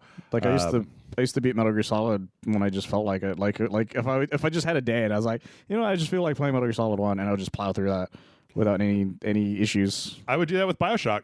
BioShock isn't extremely long. I mean, like our playthrough of it is a little long, but it's because we're not playing like optimized. Just like run, smash everything in the face. I don't care if I die. I'll just get to come back. There's nothing wrong. Just It's just been a while since I've had that issue. Like I said, Brutal Legend was probably the last one that I desperately wanted more of when it was done, and there just wasn't anymore. I'm trying to think. There was something recently. There was something in the last like 6 months where it ended up being kind of short. Every Suda 51 game was really short. Is it? Yeah. Like they tend to be easy to finish real fast. And then you're just like, well, I wanted more of that, but there isn't a lot more. You know what? I'll tell you what. I like it, but Mortal Kombat 11 left me wanting more. When I got to the end of it, I was just like, oh damn! All right, I can see that. And luckily they're giving it to you, so thank God on that. Yep. But yeah, because all the normal hero games are fairly short. What was Shadows of the Damned, or those the Grasshopper as well. Was Shadows of the Damned super short? Yeah, it's actually fairly short if you kind of plow through it. Okay. Because a lot of those games weren't designed to be that long, because their budgets weren't as high as you would wish they were. Yeah. So you'd end up playing a lot of those games really fast, like not Anarchy Reigns, Mad World. Yeah. Mad World was another game like that, which I really, really liked, but was also fairly short if you plowed through it, kind of thing. Yeah, I don't know. I'm having a hard time. I'm trying to think God of Hand, whatever that was. Another one that recently came up, but Beautiful Joe's. Yeah, I mean, in general, I always like it better when a game is. I always like it when a game is too short. Some of the platinum ones are also fairly short, as well. What's it? Doop doop. I was surprised when I finished that Transformers game. Oh yeah, like it was a lot shorter than I thought. And some of them that were kind of short, they were licensed games. Like there's a Superman animated series game for the PS2 that I really liked that was also really short. Man, can I just say again how good Hardcore Mecha is? It's so good. It's such a good game. I loved that game so much. Medieval is also really short, but it's like I said, also a PS1 game. Yeah. Yeah. All right. We'll go. Beat 'em ups also are fairly short. Like River City Girls was. Here isn't as long as a lot of people were hoping. That might be what I was thinking of, is how I was kind of surprised that you and I managed to beat Streets of Rage 4 in 3 45-minute videos. We finished it right away. Now, we really didn't have any problems with it. Like, once we got in the zone, we fucking whooped that game's ass. We annihilated that fucking game. But that's beat 'em ups in general. A lot of beat 'em ups aren't that long. Because they used to be arcade games a lot of the time, so they weren't designed to be actually that long. They were just designed to be hard more than anything else. Yeah. Which is a shame, because I really like beat 'em up games. Just looking through my game collection here. I don't know that any of these. Yeah. Anyway, yeah, that's we'll go with that. Let's see. Wiener Schnitzel writes in and says, "Hello, Jeff and Michael. Last week, my girlfriend and I got notified that our application for a flat was accepted. So in June, we will move together. I will move together with a romantic partner for the first time in my life. And frankly, I'm a bit nervous. So my question is, do you have any advice for moving in together with your partner? What are some common beginner traps? What did you learn while living together with a partner? And best wishes, and that is from Wiener Schnitzel. I thought I'd read this because there's a lot of the things about having a partner that having a roommate is similar, right? So very similar. I figured you've had a roommate more recently than I have, so. Yes. Well, my first thing is if you guys have any issues with anything that each other is doing, just tell each other. Yeah, is the thing. Like if you think she's making, she's leaving the towels on the floor all the time, just tell them, kind of thing. Don't become passive aggressive about stuff, because when you become passive aggressive, the passive slowly goes away. True. You'll go into full on like throwing shit at each other, kind of thing. Mm-hmm. Just be honest with each other. That's really what it comes down to. Like that's something my brother told me when I first moved in with my roommate, which is just don't bottle that shit up. Just if you have an issue with something, tell them right away, because then you can move. Then it's out of the way. Yeah. That's really good. I mean, I think there's a lot of I do think that kind of piggybacking off of that, I do think it's really important to share responsibility. Yes, and to make sure that, because I think I fell into a little bit of a trap where I've been living alone for a long time, so like necessarily I do everything in this house, right? I take out the trash, I wash the dishes, I do the laundry, et cetera, and when I was living with somebody else, I kind of got into the habit of continuing to do that, where I always did the dishes and I always took out the trash and I always took the barrel down and stuff like that, and so I ended up developing some kind of badness inside of me about like, and this is 100% my fault, because I never said anything about it. Going back to what you were saying, I was just like, I wash the dishes all the time, and then it's like, why doesn't the other person wash the dishes? It's like, well, because you do it. Yeah. Like, you never said anything. So You're like, never like, hey, I need you to take care of this real quick. Yeah, I think it's important to kind of definitely have kind of some space laid out. Yes, like that's also very important. Some boundaries, even if you're with somebody that you're in a couple with. I think that sometimes you need to be able to kind of go to your space. You might need a second, or they might need a second about something. And it might be a corner. It might be their own section of the room, and might just be the living room kind of thing. Also, I mean, a lot of this is going to depend on what your relationship is like, but you must be prepared to compromise on like what pictures are on the wall, and like what shower curtain, and like, we need to get rid of this couch because I have a couch and you have a couch, and we only have room for one couch. So like, I was a little bit more inflexible on that than I should have been, and I think it caused a little bit of friction with like, one of the ways that you can make somebody feel at home in their own house is by letting them put the things that they own in the house. Just be careful not to overdo one way or the other kind of thing. Yeah, because the way my apartment's laid out, it's mostly my roommate stuff.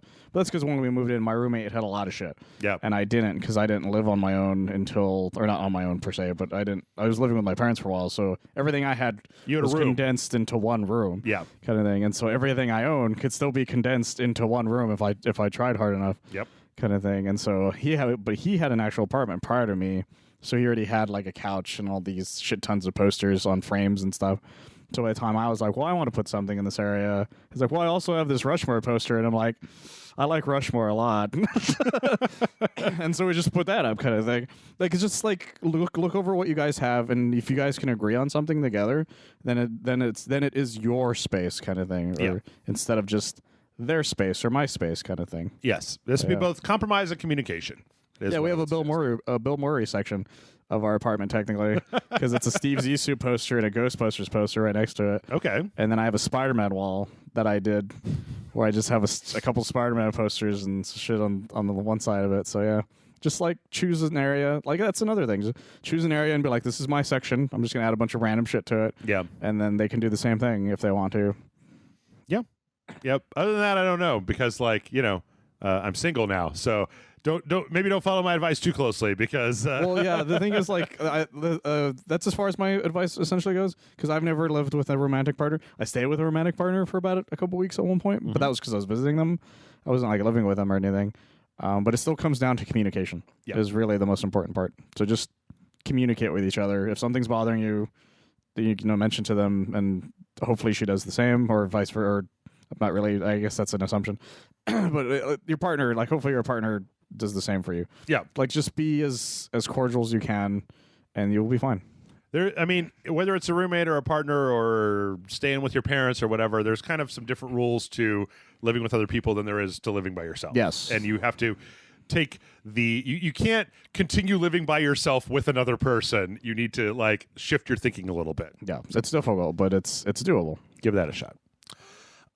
This is a very strange question, Michael.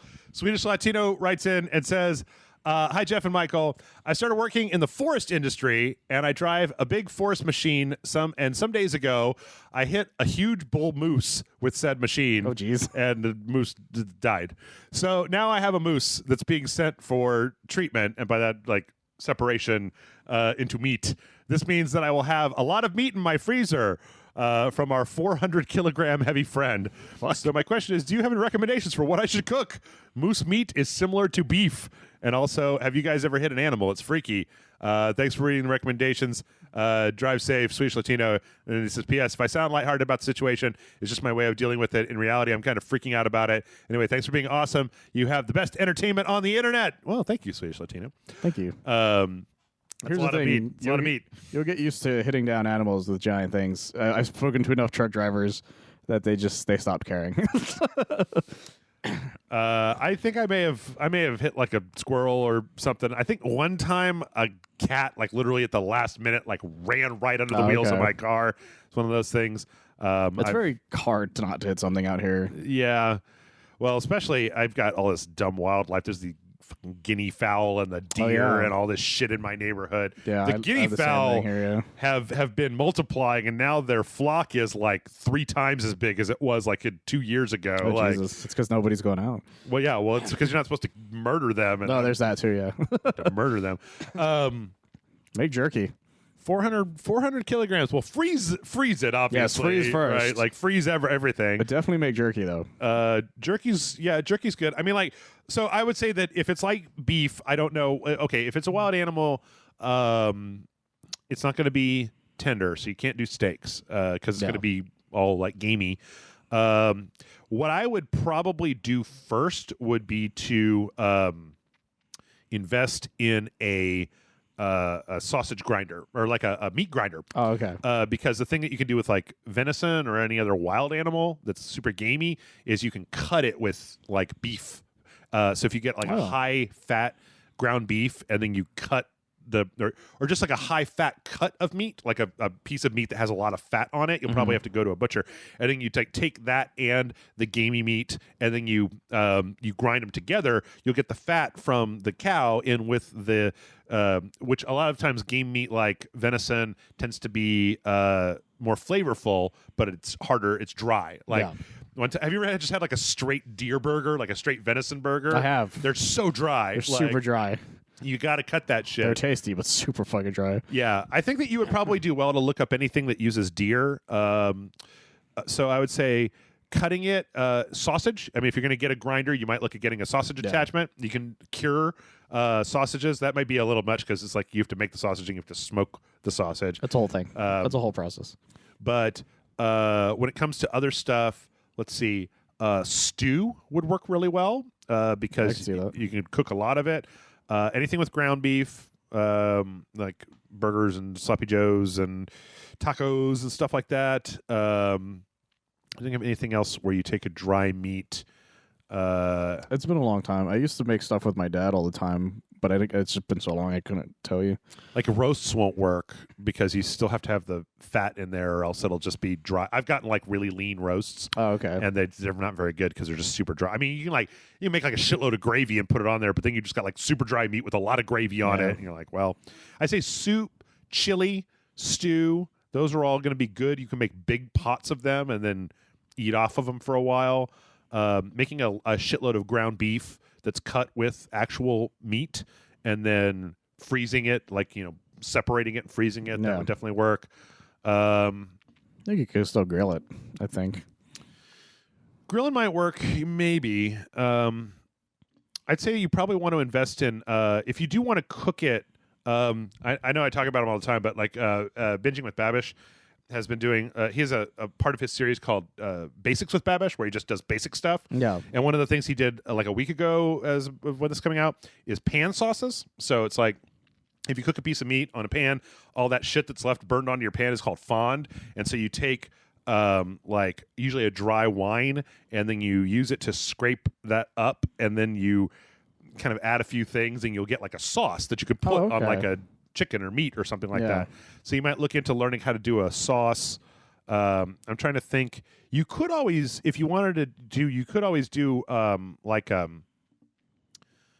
might look into, I've never done this before, but you can do like a curing, because when you cure, or not curing, aged, dry aged, when you dry age meat, you're basically letting it break down, like you're covering it in like salt or something, and you're letting it like basically start to decompose a little bit, and then you cut off the bad parts and you cook what's left, and you have something that's a little bit. So I've actually seen some stuff about like like packing a steak in butter and then just sitting it in your fridge for like a month and then taking it out, and you take the butter off and cut the bad pieces off, and then you cook what's left. And over the course of that month, all that butter like seeps into the meat, and so it flavors it. So you might looking at aging like that. Yeah. It's going to be a lot of stuff. Yeah. It's a lot of stuff. Buy a giant freezer. Yeah. Look for any recipe that has a dry meat to it. Buffalo, venison, probably moose. There might be some moose stuff out there. I'm sure there is. Binging with Babish just recently did for his the show where he cooks things from shows. Mm-hmm. He did the Lil Bits from Rick and Morty. Oh, really? He made a tiny pie, a tiny lasagna, and a tiny pizza. That's amazing. Little Bits. Yeah, it's pretty good. Let's see. All right. Mauricio writes in. It says, "Sup, Mauricio here with another question." He says he got a car. He got a 2020 Toyota Corolla LE, and just because Mauricio likes to let us know what's going on with his life. That's neat. Yeah. And then he says, "What was a game or movie that you didn't appreciate until you were older?" Just curious. Take care, guys. That's from Mauricio. So, stuff that you didn't appreciate as a youth. I can say with 100% certainty, I did not understand how RPGs worked when I was a child. Oh, no, that's definitely one of them, yes. Yep. I didn't finish Final Fantasy VII technically for years because I didn't understand how RPGs worked. For me, it was Dragon Warrior, because there was a thing a long time ago where, like, if you got a certain number of Nintendo Power points or something, you could send it to Nintendo and they would send you a free copy of Dragon Warrior. And I was just like, I would get to a certain part of Dragon Warrior and I'd be like, well, when I try to go further forward, I just die because everything's too hard. I don't know what to do. And it was like, well, you just have to walk back and forth and keep fighting stuff until you're strong enough. And it's like, nobody tells you that in those old games. That's the thing. You just sort of walk into a fight and you're just like, I can punch. If I hit it hard enough, it'll die. Yep. Kind of is your thought process, because you don't realize RPGs, or you don't understand how leveling works. Yep. You're just like, punch it to death, because every other game is punch it to death. So that's your thought process. Punch it to death. Yep. It's like, what if I lightning it to death instead? Nope, that's a bad idea. Yeah. Yeah, I feel like original Final Fantasy, I always wanted to get, there's a part where you get to the second continent, right, where it puts up like the title screen that shows the Warriors of Light, and it's like after that happened, I lost it because I didn't understand. Yeah. You have to just keep doing these fights until you get stronger. Yeah, all the Final Fantasy games I eventually beat. I didn't beat till I was about 19. Yeah. Kind of thing, because I finally was like, okay, I have time to grind, and I know what I'm doing now, and so I just did that. When I finally beat Dragon Warrior, I downloaded a ROM for it, and then I had one of those emulators where you could turn the speed up, and so I just like put it at top speed, and I would just go back and forth, back and forth, back and forth, and then I had a turbo button for like yes to fight, so I would just go back and forth, back and forth, back and forth, like,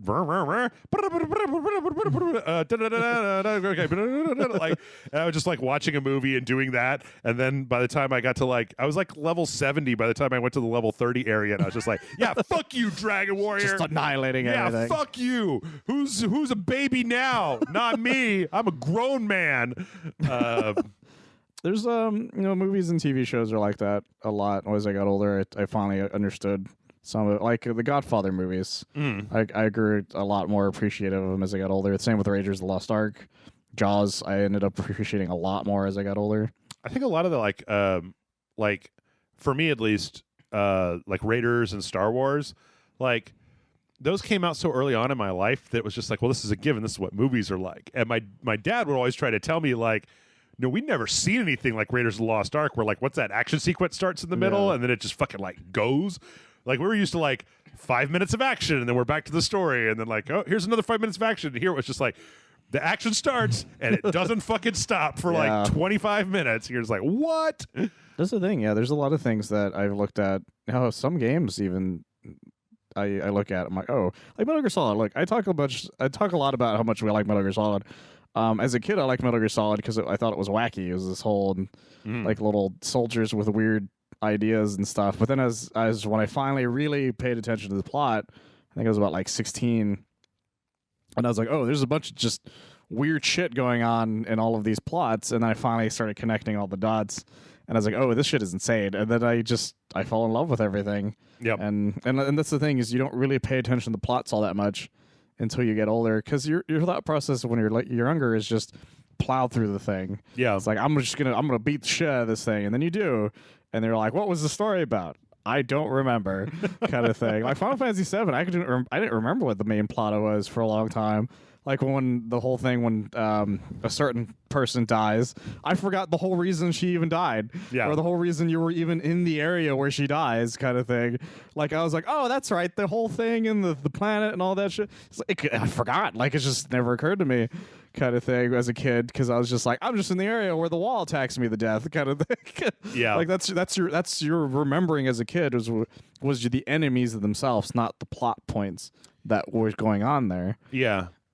I think this is for games, it's a hard question for me to answer, because I've talked about this before, but I'm like the perfect age for video games, because I got a Nintendo when I was 10, and then like I got a Super Nintendo when I was like, 13 or whatever, whenever that came out. Yeah, it was not much longer. And then like, I kind of skipped it, but like video games have kind of grown up with me. Yes. Like there wasn't a game there was never a point where, like when I was a young teenager, that Doom came out. And everybody was like, oh my God, it's so violent. Don't let the children play Doom. Their minds will be scarred forever by all the violent, demonic imagery in this Doom game.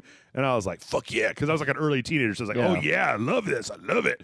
The fact that the Quake soundtrack was made by Trent Reznor, and that came out when I was like 18, and I was just like, oh my God. And the fact that the Quake CD was also an audio CD that you could listen to that soundtrack on.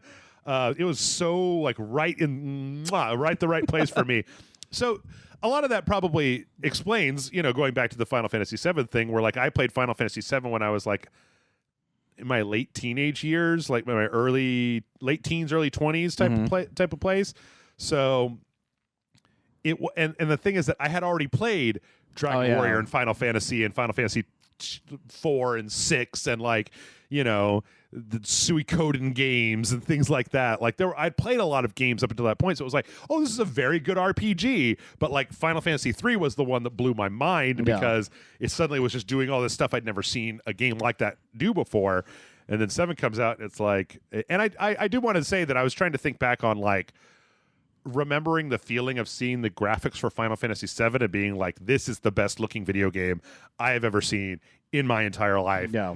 Without a doubt, hands down, no contest. So, yeah. Also, fighting games. As I got older, the more I appreciated the nuance of a fighting game. Okay. Because when I was also as a kid, you're just like, punch it to death. That's what you try. You punch it to death until you realize, oh wait, combos are a thing. Oh wait, supers are a thing. Timing is a thing. That kind of thing. I remember when I was a kid and Street Fighter 2 came out in the arcade, and like I was old enough to play it, but the people that knew how to play it were like whooping ass. And I remember I had a subscription to GamePro, and I got the latest issue of GamePro, and it literally listed how to do the special attacks for everybody in Street Fighter. And me and my friend were just like, oh my God, that's how you do that? Hold back and then forward. Okay, so you do like a quarter circle, and then you hit one of the punch buttons. And my friend, like, I remember there was an afternoon where he wrote down, he transcribed all the information because he didn't have this fucking super GamePro magazine. And then we always used to meet up at the local convenience store and fight each other in Street Fighter. And then I remember there was a point where we looked at all the special moves, and I was like, I am going to learn how to use Guile because his moves look like they are the ones that will kick everybody's ass. And my friend was like, nah, I'm going to learn how to use Dhalsim because like once I get that shit down, you are going to be toast. And then I flash kicked his leg when it was out, and I was like, yeah, just tell me again about how Dhalsim is the best one in Street Fighter 2. Ooh. Yeah, I remember I did something similar where my cousin bought all 3 Mortal Kombats for the Super Nintendo. So we printed out the instructions for everybody's moveset and their fatalities, and I memorized all of Liu Kang's and Sub-Zero's from Mortal Kombat 2 and 3. Yeah. And I just fucking like annihilated people with those games. Nice. Like even into my high school times, like I remember because if you bought, I think it was the Deception, it had an MK2 arcade like version in there, and my friends were like, let's all play it, and I just annihilated all of them because I was the only one who had been still playing those games up to that point. Yeah. I used to talk about it all the time where we had the pool hall by my high school where I used to go own the Mortal Kombat machine whenever it was lunchtime, and the dude punched me because I beat him too many times, and I was just like, he was like a senior and I was like like an early sophomore. It just like I barely got up over the edge. And I was just like, I remember he was like, if you throw me one more time, I'm going to punch you. So I teleported behind with Raiden and I fucking threw him. Like, that's your fault, bitch. Like if you stand there with the block button held down, that doesn't make you invincible. That's why throw exists. And then he just punched me in the arm really hard and then just like left. He left his character there and I was just like, ooh, cool. Free fatality. All right. My favorite thing to do was when I finally mastered Johnny Cage's nut punch. Whenever it said finish him, I just nut punched. Yeah. It's the ultimate just fuck you. All right, we got a little time left here. Let's do some Discord questions. Enter Slicey writes in and says, hello, Jeff and Michael. Little story. Here's a little story for you. Back when I was in my teens, I was up at 2 a.m. playing Metal Gear Solid, as you do, when my older sister came home from a night out with her friends. I was at the part where Psycho Mantis was reading her memory card when she walked past the doorway. She stopped dead as he was making my controller vibrate and stared wide-eyed for the duration of the scene before walking away without a word. Now, I'm not saying she was on something, but she was on something. That sounds like it. I could definitely say the... You could tell your sister was a big fan of Castlevania. It's like, how does that game know that I like Castlevania? I love that the Twin Snakes was like, I see you really like Mario if you had a Mario Sunshine thing. Yeah. So weird. Yeah. My favorite part of that was it was in Metal Gear Solid 4 when you had the non-vibrational DualShock, the 6-axis. 6-axis. And he tries to fucking move the 6-axis. It's like, why can't I do it? That's how you first beat him, ironically, which I thought was so fucking funny. Yeah. And then if you bought the 6-axis, or not the 6-axis, you bought the DualShock 3, I think is when they eventually came out with it. Yeah. They'd made a whole other sequence specifically for it. I loved it. I was so happy with that. Yeah. That's such a dumb Kojima thing. That's like early video games where it's like, I'm going to make your controller move, and you're like, okay, all right, I guess I'll put it down. Put it on the ground. And then it's just like, and you're like, oh, okay, all right, I get it. It wasn't super impressive for me because I didn't have a DualShock at all. You didn't have Rumble? Yeah, so he was like, I'm going to make your controller shake. And I was like, nothing's happening, motherfucker. You dumb bitch. Yeah. Well, but that was that thing where, like, you had to put the controller in the second port, which is also part 4 mentions. Yeah, because Colonel's like, I know what we have to do. We just have to change the controller. And fucking, I forgot who comes in. They're like, that's not a thing anymore. He's like, oh shit, we're fucked. I think you could actually change the assignment of the controller, but then Psycho Mantis is like, no, I know what you're doing, type of thing. But then that whole sequence where like the ghost of Psycho Mantis is in the BB, it's fucking weird. It's like fucking crazy. What? And she's got little marionettes. And you can get the marionettes. You can use it to like puppet the guys afterwards. There's like a non-lethal and a lethal version of them, and oh my god, that was all nano machines. Someday, somebody in the Discord really wants me to play Metal Gear Solid 2 for a sequential, and I'm like, meh. But you know what? So much cutscenes. I would almost be down to play Metal Gear Solid 4 for a sequential, except for the cutscenes. But then, maybe record enough that you can pause because there are a lot of them, but they're not completely intolerable. Well, that's the thing. It's not that they're intolerable. It's just that we would have to be here for a while. Yes, that's really what it comes. And you would have to be there for a while, audience. True.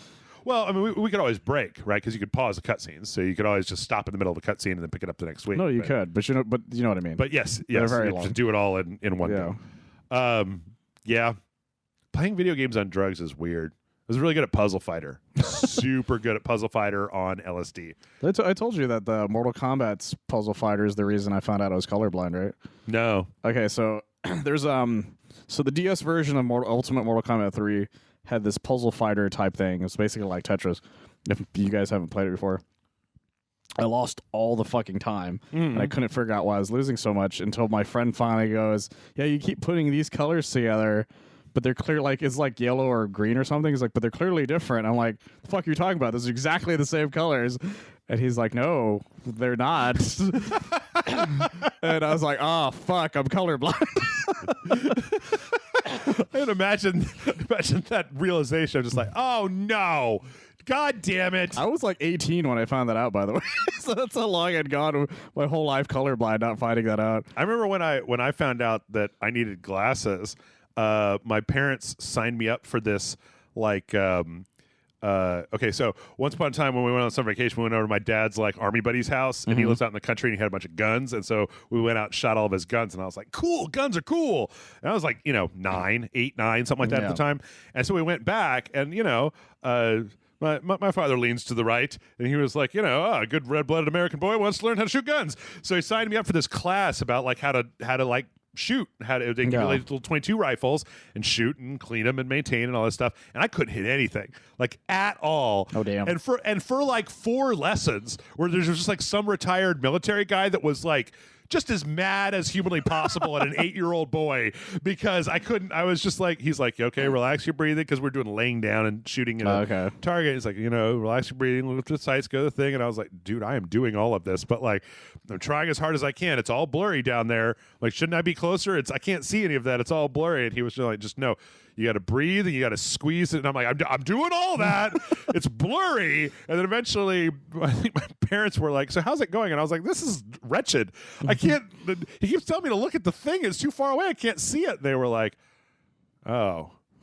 And they both had glasses. I don't know how they didn't figure that shit out. That happens. Like, come on. Did you think that I had somehow magically, not only that, but my dad's parents both have glasses, and my mom's parents, one of them wears glasses. How did you not see this coming, mother and father? Well, they didn't have glasses. Were you just like, well, maybe he was a magical baby conceived by a wizard? Like, of course I was going to have. I wish they had told me when I was a kid that my hair was all gonna fall out. Like, I should have figured that one out on my own, to be honest, for the hair thing. All of my, yeah. But the glasses thing, when I first got glasses, I realized I needed the glasses in 6th grade. But glasses were still considered the nerdy thing in pop culture. Yeah. So I didn't tell anybody I needed glasses for a long time. I think it was 7th grade. They called me Squinty. Yeah, there was 7th grade. It was they every now and then they'd bring in a person to like do eye tests.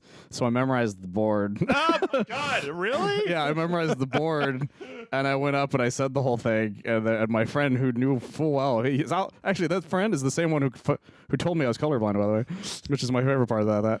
He amateur optometrist. He desperately needed glasses as well, and he knew full well I needed them too. Mm-hmm. So when I memorized the board and walked up and then got perfect 20/20 vision, he's like, "You fucking lying asshole." Did he rat you out? No, he didn't. I did, and my parents eventually figured out I needed glasses in 8th grade.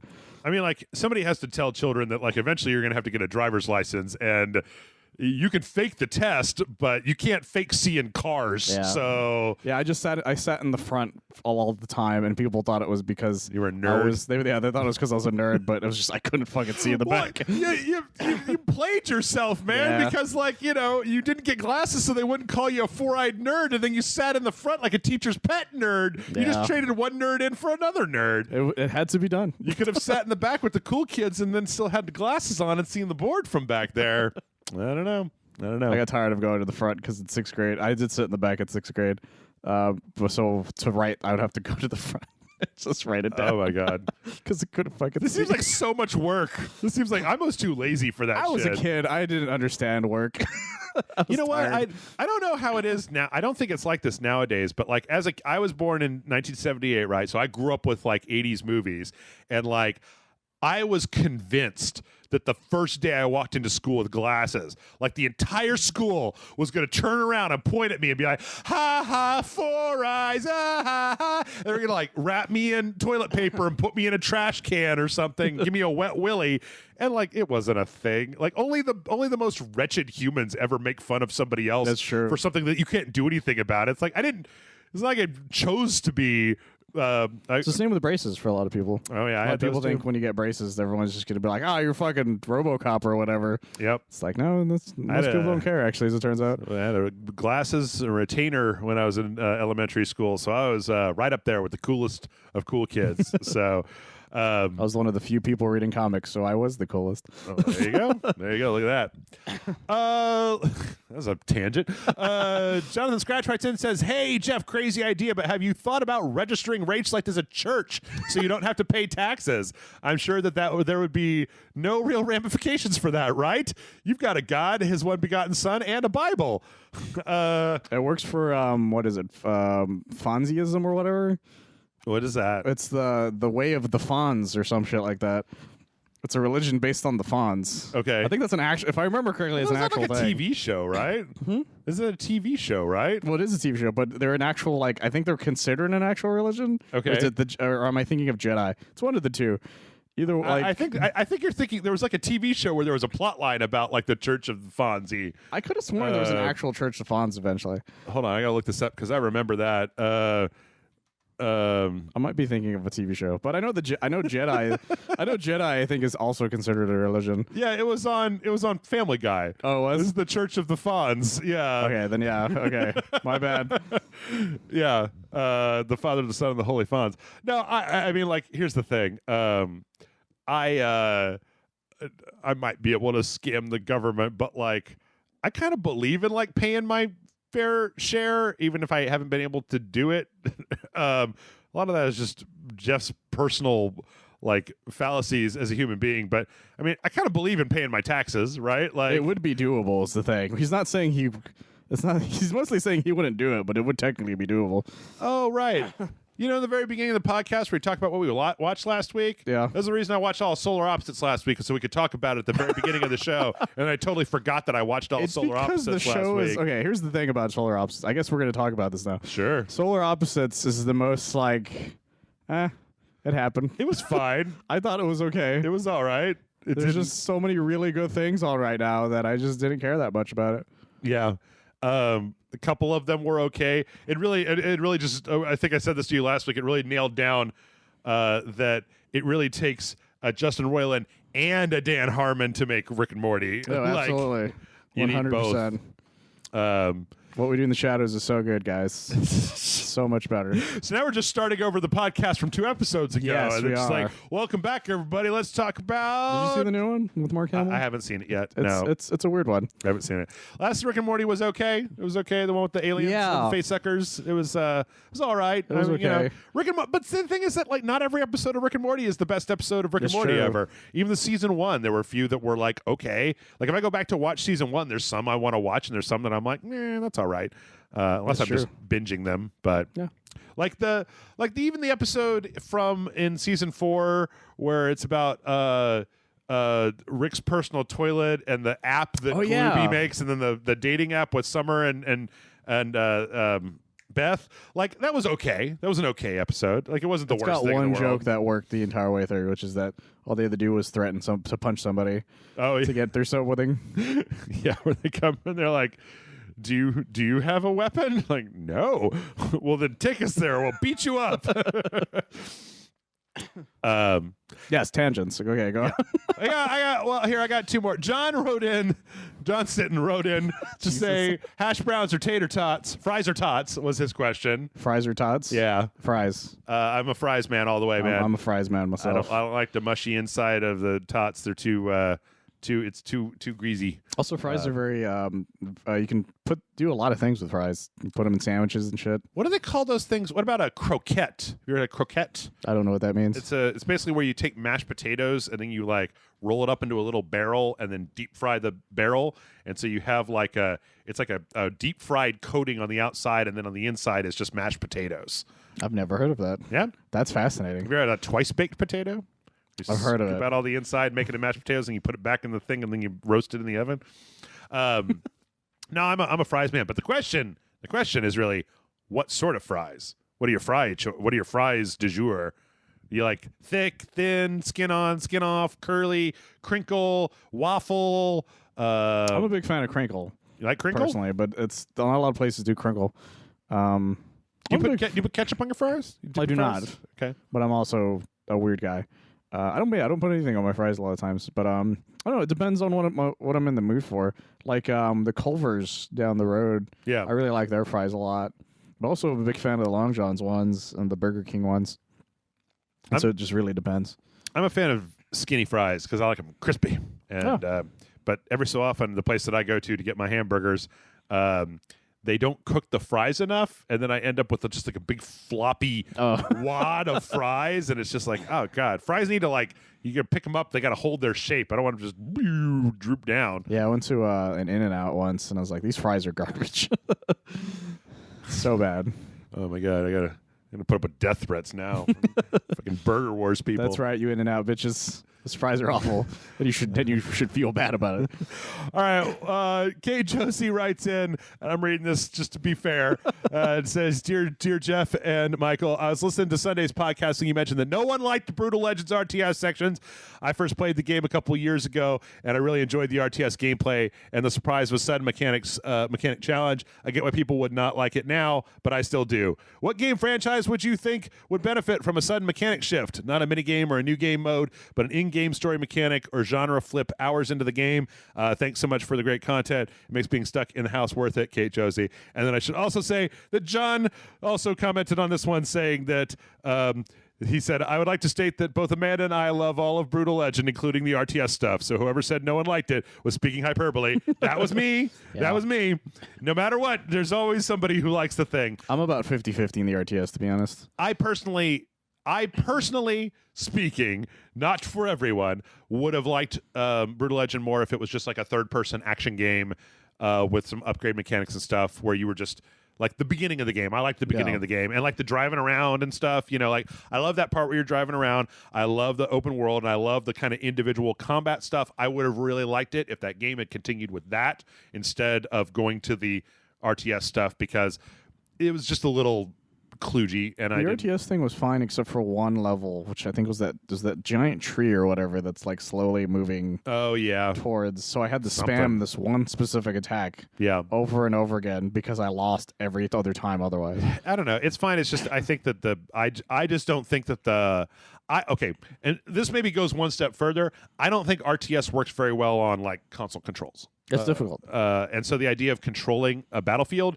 from like a third-person point of view where you're down in the battlefield, and can you pull out in Brutal Legend? No, I think you fly up. So eventually you fly. Okay, everything. Yeah.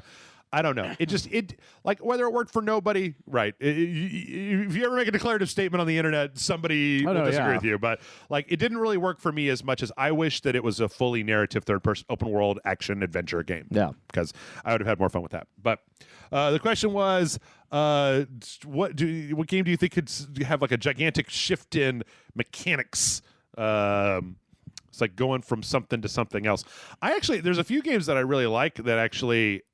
It's funny because I just got done saying all that stuff about Brutal Legend, but there's actually a game called Hostile Waters Antaeus Rising that I don't know if I've ever actually put on the channel. That it's one of my favorite games ever. Warren Ellis wrote it. Tom Baker did like the voiceover for it. It's like this crazy ass game. Oh yeah, you told me about that. Million years ago, yeah. And the thing is that it's an RTS, but then you can take control of any unit and play it like a third-person action game. But you can also release control of that third-person unit and then just let it go do its own thing. Yeah. I really like that, and I actually think it's cool when you. It's funny because my answer here is Brutal Legend, but like good is my answer, where you have like a third-person action game, and then suddenly maybe you have the ability to do more tactical stuff. I know there's a few other games like that in general that are out there that of recent time. I just don't remember what they're called. You know what I would like. I'd like it if there was like a FPS narrative game where you played the game, and then halfway through the game, you got in a spaceship, and it was also a spaceship simulator where you dogfought, and then like you signed up with like a crew and you do a bunch of like space missions, and then from there eventually you get promoted and you get like a whole capital ship, and then you have to basically do capital ship simulator, and then once you get promoted even further, then you get a whole fleet and it turns into Homeworld. So it goes from Call of Duty to Homeworld. It's Call of Duty at the beginning and Homeworld at the end of the game. I'm okay with this. And at any point in the game, like if you're in the Homeworld ship, you can go back to first person and walk around and look at stuff, but then the entire interface changes depending on what you're in. So like start it on the ground, first person shooter, then maybe put in some driving segments where you can like open world drive around, and then you get in this thing, and suddenly you can just like blast off No Man's Sky, and then you do in space combat like Wing Commander, and then you get in capital ship, and then you fucking do that. That was my favorite game of all time. That game I just made up. That was my favorite game, and I'm really pissed off that it wasn't at the Xbox One Series X gameplay reveal because I expected some gameplay. God damn it! So now you're making me think of like just dumb shit in the middle of a shooter. Like you're just playing Call of Duty, but then out of nowhere, like you and the villain get into like an NBA Jam basketball game for the fate of the world or whatever. It's like you got to play horse or some shit. It'd be really interesting is if you're playing like a Call of Duty game, and then like it did like what was that PS2 game like Echo Knight where you had to like it had voice, like you controlled the person you were like looking through cameras, kind of Five Nights at Freddy's style. Oh, yeah. And then you would speak into the microphone attachment, and then that was how you made people do stuff in that game. I forgot about that game. Do that. Just making it. There's a whole Steam game that's like a tactical, like war game that is based around the idea that you're just the guy with the radio telling people what to do. Oh, that's interesting. And then you have to just like tell them what to do, and then they do it. But like that's the whole thing. You don't tell them where to go. You just tell them like you tell them where to go. You don't click on them and then say click over here. You do it with your voice. So speaking of changing mechanics, though, the Wonderful 101 has a few of those actually. Like there's a boss battle that just turns into Punch Out, and I love it. There you go. So good. Yeah, I mean it's hard to say for sure. I don't like it. I'd say I don't like it when an action game suddenly becomes a racing game. Oh yeah, fuck that. I do not like that. Like that was one of the reasons that I think I stopped trying to 100% Judgment was because I'm like, I'm not going to play these drone races. I thought I was going to, and they started to get hard, and I was like, well, fuck a bunch of that. I'm not doing this anymore. Yeah, I hate it when they add something in there that it's clear the controls just weren't really all that well designed for them, kind of thing. Yep.